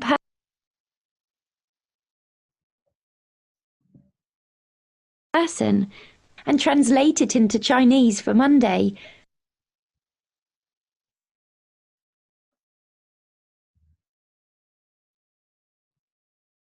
And your mum's been writing her blog for years now, hasn't she?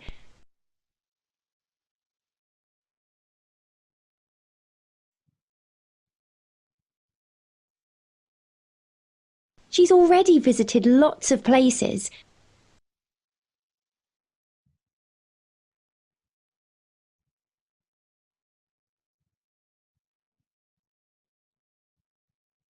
And hasn't she won some awards?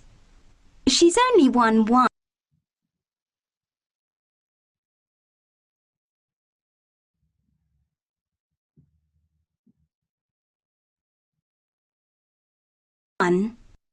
But yeah, she won a big award earlier this year.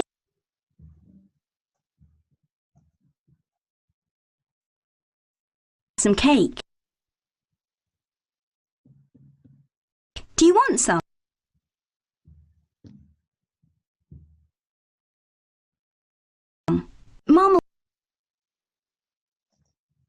I don't know. Let's see. There is a problem with I don't know if it is the video or it is my internet. And if she doesn't? Wait. Let me, wait a minute. I will, let's see, I will download it again.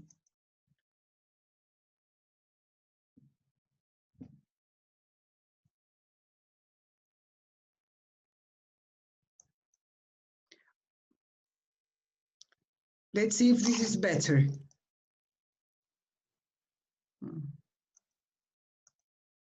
Let's see if this is better. Can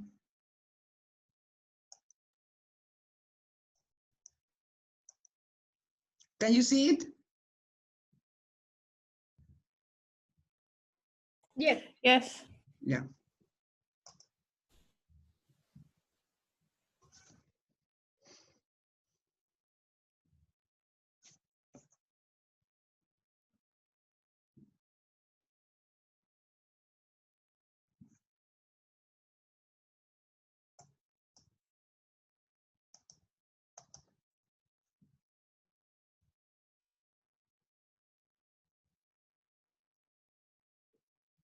So, is your mum home? No, she's not. She's... Oliver?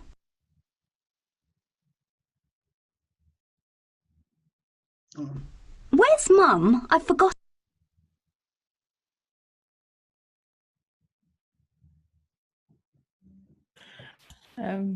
Teacher, I try to see it from cursos. Yeah? Yes. The problem is the video because I watched the video, I mean, 2 or 3 times today and there were no problems. I don't know what happens. What can we do? Come on, everything, I mean. I don't have problem. I can share with you. Okay, good. Let's see.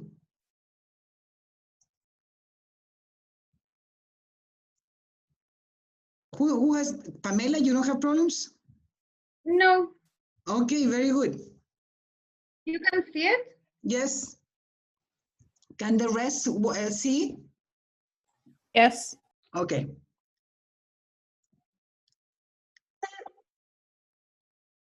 Is your mum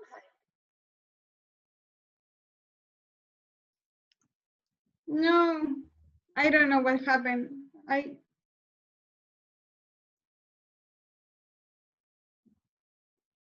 Let's see if, no, doesn't work.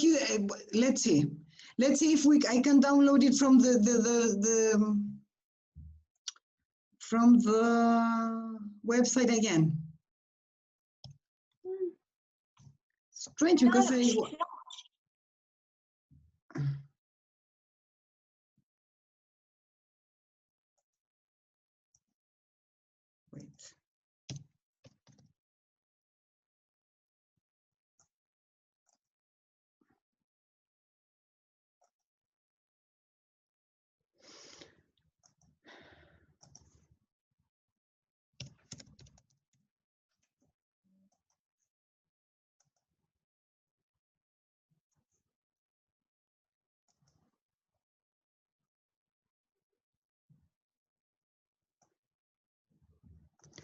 Let's see if we can, if it works now.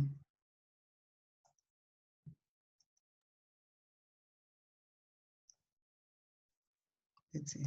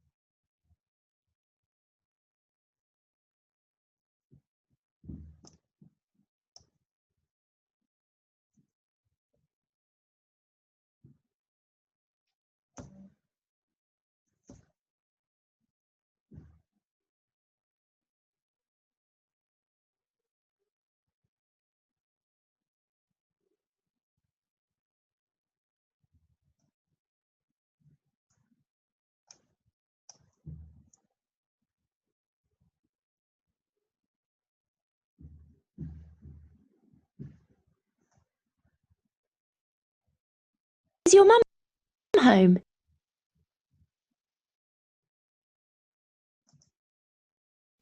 No.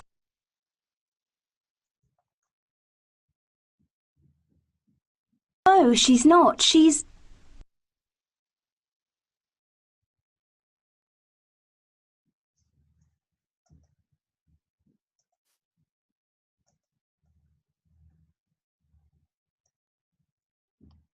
Oliver?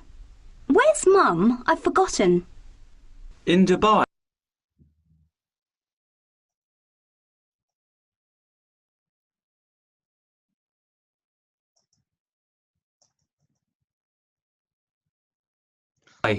She's been writing about the architecture there.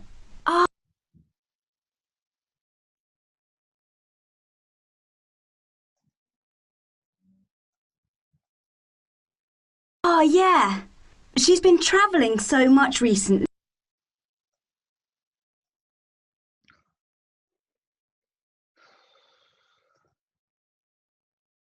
I never remember where she is.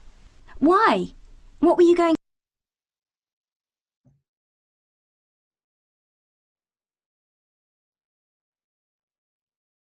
to ask her? Oh, nothing much. My Chinese teacher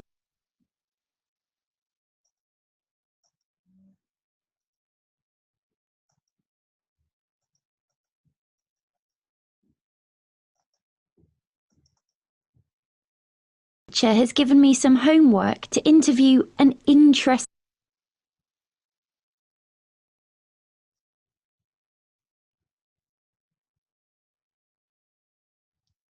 person and translate it into Chinese for Monday.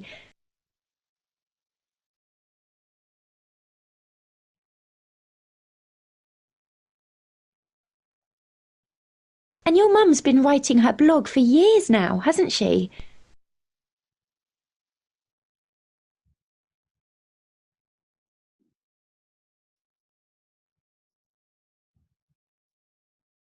She's already visited lots of places.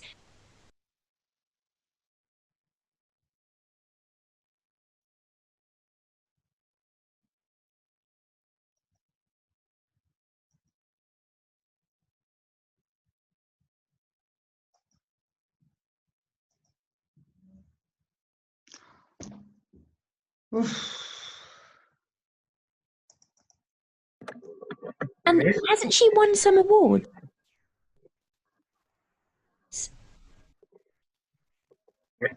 She's only... Miss, I played the video completely in my computer. I can show the video. Oh yeah, please do. I don't know what happens. Yeah. Is it an internet problem then? Probably.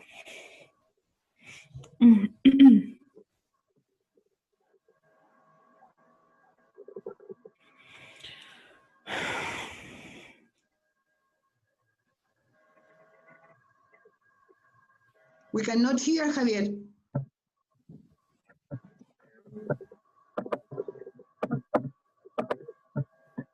Javier, you have to...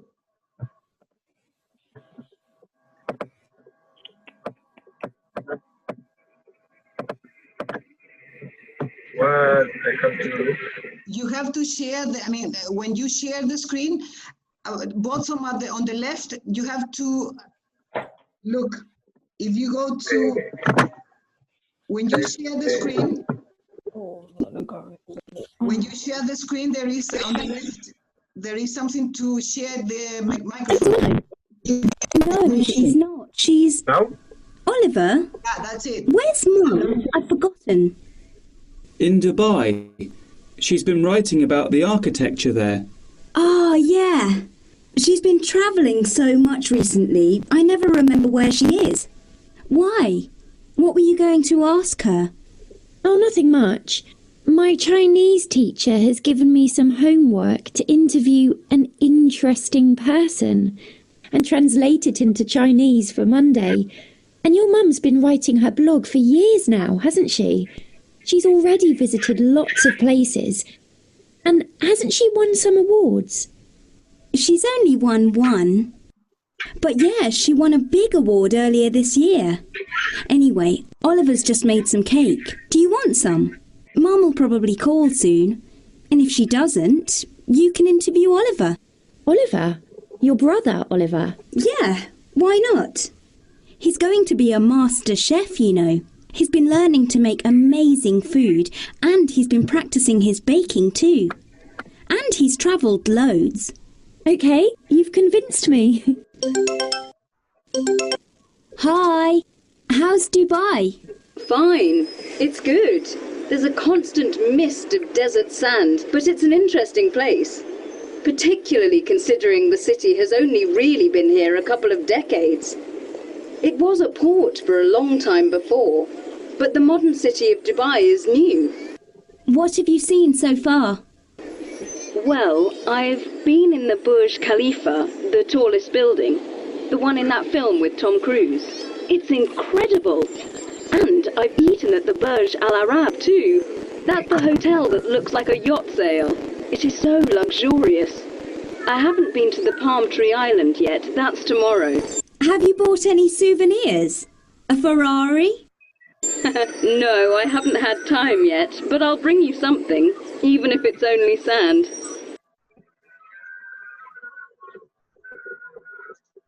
Okay, thank you, Javier. Thank you. Okay, well, with all the difficulties, but you could watch two ways, two forms, present simple, present perfect simple, and present perfect continuous. Let's see if we can watch the second part. I would like you to, not the video, but here you have the explanation. I think it should be easier. But here, sorry. Can you see that? No. No, you cannot see. Wait. Can you see? Yes. Yes. Okay. Here we have a brief introduction. How to make these tenses, these two tenses. Well, as I told you last week, is the use of have or has plus the past participle, or have, has plus been plus the other verb in ing, right? To talk about a state or an activity that has a link to the present. Here you have a very long explanation about, the present perfect is quite tricky. Well, no, it's quite logical, but it does have different uses. We often use present perfect for talking about something which happened in the past, which is important now. Do you understand that? Yep. Something like, my Chinese teacher has given me some homework. I have the homework to do now. I've forgotten, I can't remember now. She's broken her leg. Her leg is still broken now. And also we use the present perfect with just for talking about a recent action. Oliver's apostrophe S, this apostrophe S is has, yeah? Has just made a cake, in this moment. So that's important now because I could have some cake. Yes, that could be the reason, but with just for recent actions, we usually use present perfect anyway. Okay, but why can't I say Ollie's been making a cake?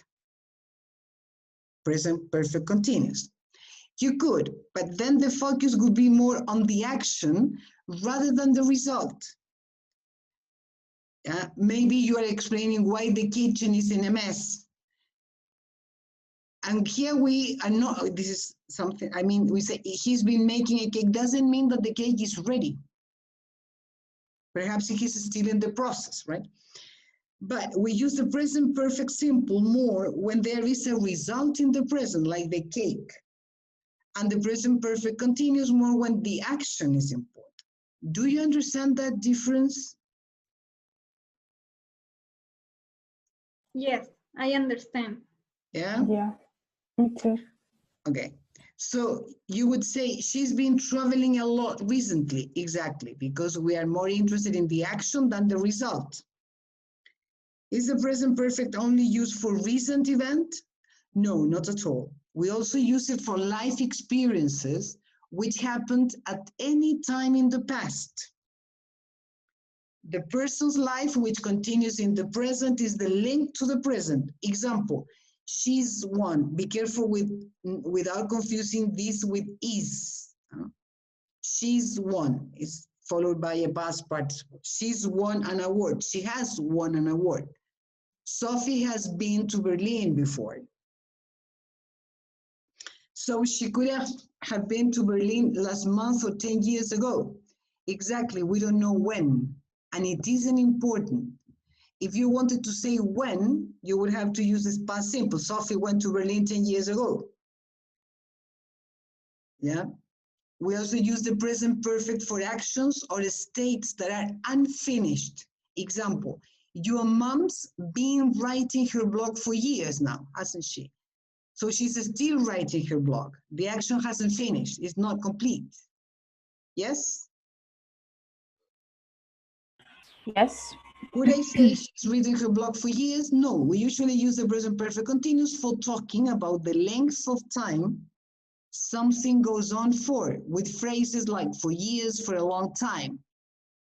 What's about using still, already, and yet? Well, this is interesting. Here we use already to talk about something which has been done, and usually this is surprising to the speaker. Well, that was quick. You finished your homework already. Esto correspondería al español como ya, more or less. Yet is mainly used in questions and negatives to talk about something which hasn't happened, but which you thought would happen in the past and you expect to happen in the future. Examples, I haven't had time yet, but you expect to have it in the future. Have you seen her new blog yet? Always at the end. Finally, we use still to talk about something which is going on longer than you expect. Todavía, aún. They've been doing things with that computer for ages, but they still haven't fixed it. Todavía no lo arreglan. Well, I feel like I've been understanding. Okay. I've been understanding more about the present perfect today. Sorry, you cannot say I've been understanding. Yeah? This is for other reasons. Do you remember when we looked at the present continuous? There are certain verbs called state verbs, which we don't usually use in the continuous forms. I mean, with ing. Verbs for talking about emotions, thinking, existing, appearing, possession, and senses. These are verbs that never take ing forms. I cannot say, I am hearing, for example. You say, I can hear. But do you understand it? Teacher? Yes. But if you can say, I've been understanding, what's the other option, or what's the right option for I that? can understand, or I understand. I understand, or I can understand, but no, I am understanding. Okay. Yeah? Yeah. The same as the verb having, for example. I mean, in terms of possession, if you say, I have a dog, you can say, I am having a dog. No, I have a dog. Yes? Yes. It's different from Spanish. Yeah? I am seeing you. No, I see you. Or I can see you. Yes? Yes, more clear now. Well, well, I look at the, yeah. But I've learned a lot. Okay. Well, here you have some exercises. This should be, the problem was with the video, I think, you know, with the, here you have some exercises that I will ask you to do, but you can do that, sorry. Wait.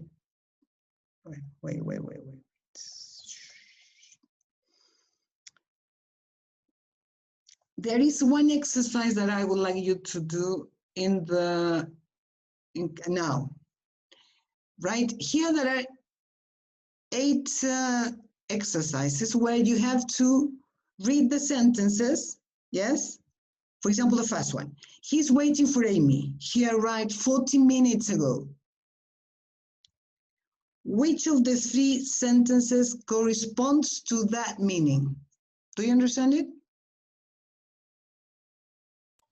Yes. Okay, who can do it?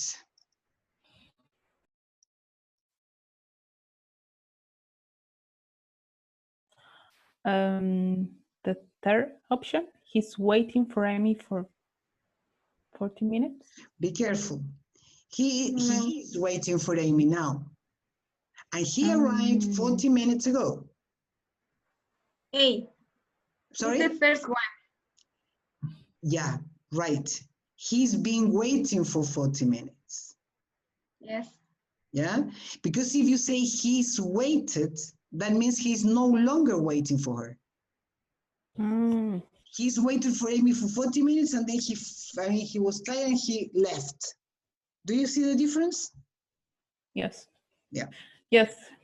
Yes. Okay. This is very, you have to be very careful. Let's see the second one. Sophie is planning to buy souvenirs. It's on her list of things to do. Which of the 3 sentences? The third one. Sophie has bought souvenir yet. Sophie is planning to buy souvenir. It's on her list of things to do. The third one. You sure? Well, the first one definitely no. Definitely is, the opposite. She hasn't bought anything. The question is, already or yet? Do you remember the difference?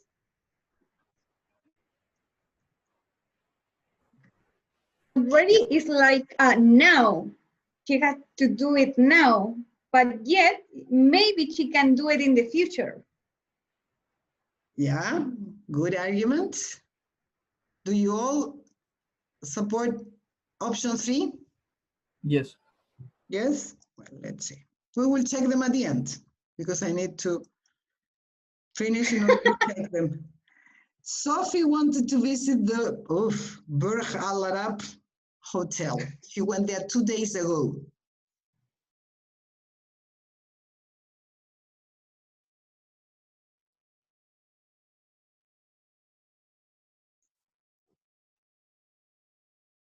Anybody?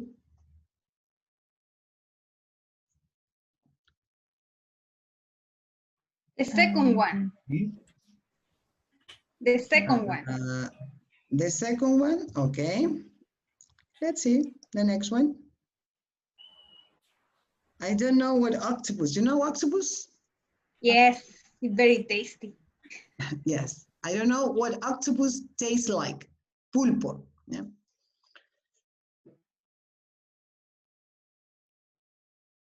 Which of the 3 is the correct? Anybody?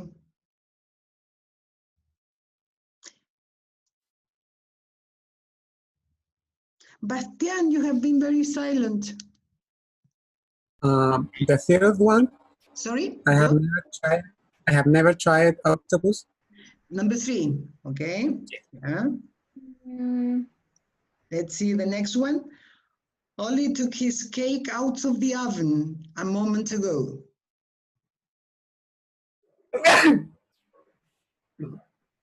The second one. Okay. Which is this one? Wait a minute. We don't have the number. Okay. He's learning how to make Japanese food. He started his course in April. Camila.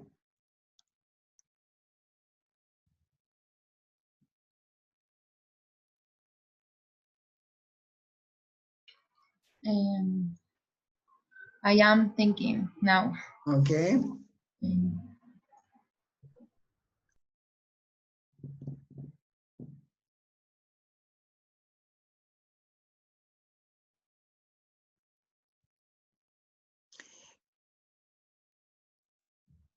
Maybe it's the first one. Sorry? The first one? Why?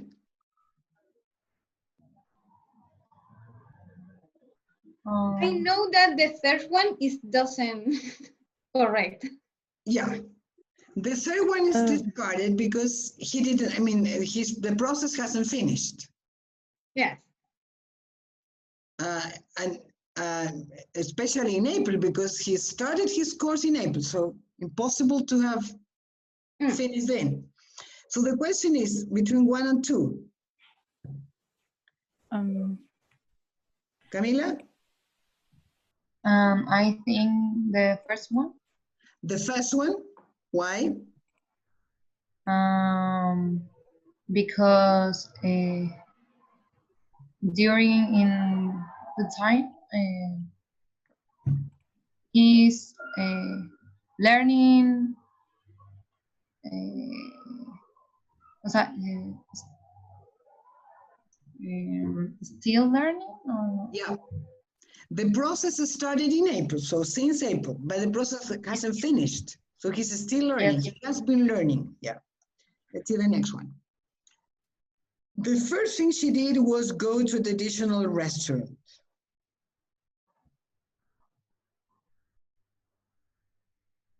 First one. She has already tried the local food. Okay. Right. Let's see.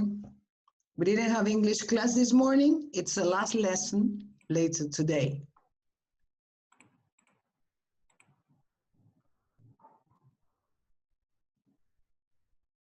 Anybody?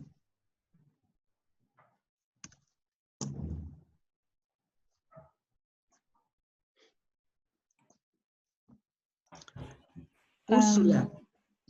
B, second. The second we one? We haven't had English yet. Yeah. Let's check the answers then. Okay, good. Yeah. She's already tried the local food. He's been learning how to cook. Ollie has just made a cake. I've never tried octopus. Sophie has already been to, yeah. Sophie hasn't bought souvenirs yet. Yeah. He's been waiting for 40 minutes. So congratulations, they were correct. Okay, any questions about this exercise? No questions? Herman? No. No. But you raise your hand. Okay. Is it clear then? I mean, because you will have to use it. This is a very widely used, the two tenses are very widely used in English. Well, I will ask you to do some homework for next class that will be in 2 weeks, right? Yes. Yes, 2 weeks. Well, next week is holiday, and I know today is Thursday, right? Yeah, 14. Next week is holiday anyway. Okay, for the 28th then. Oh, yippee! Holidays. No. Okay. Yeah. I never needed so much holidays as now. Okay, so May 28th, please. I will ask you, listen, let me write it.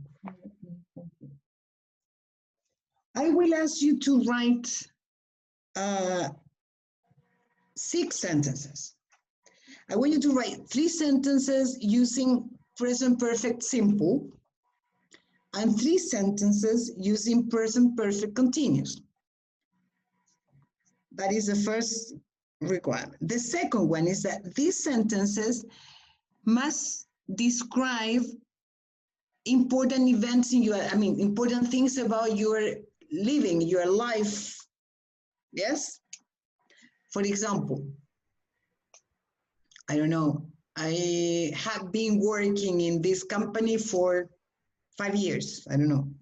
Yes? Can you I repeat? want related to your life in a way. Yes? Any aspect of your life. That's the second condition. Yes? Do you understand it? Can you repeat, please, the first? I want you to write 3 sentences using present perfect simple. Perfect. Yeah. And 3 sentences in present perfect continuous. Yes? Now, Yes. The 6 sentences must be related to your life. Okay. Aspects of your life. Okay? Okay. Okay, guys, today we're going to finish a bit earlier. Okay, see, any questions? No, I think. Questions? Okay. So enjoy your holidays, your recess. Try to rest indoors. You have to study anyway. Rest anywhere. Okay. See you guys. No, I have to work, so. What? I have to work. I have to go to the lab. Ah. Yes. Sorry. Yes. You The science. You are in quarantine. Okay. Yes, but we have a salvoconducto, so it's okay. Yeah. No excuses. No. Okay. Bye-bye. Good Bye. job. Bye. Bye-bye. Bye. Bye, everyone. Bye. Bye.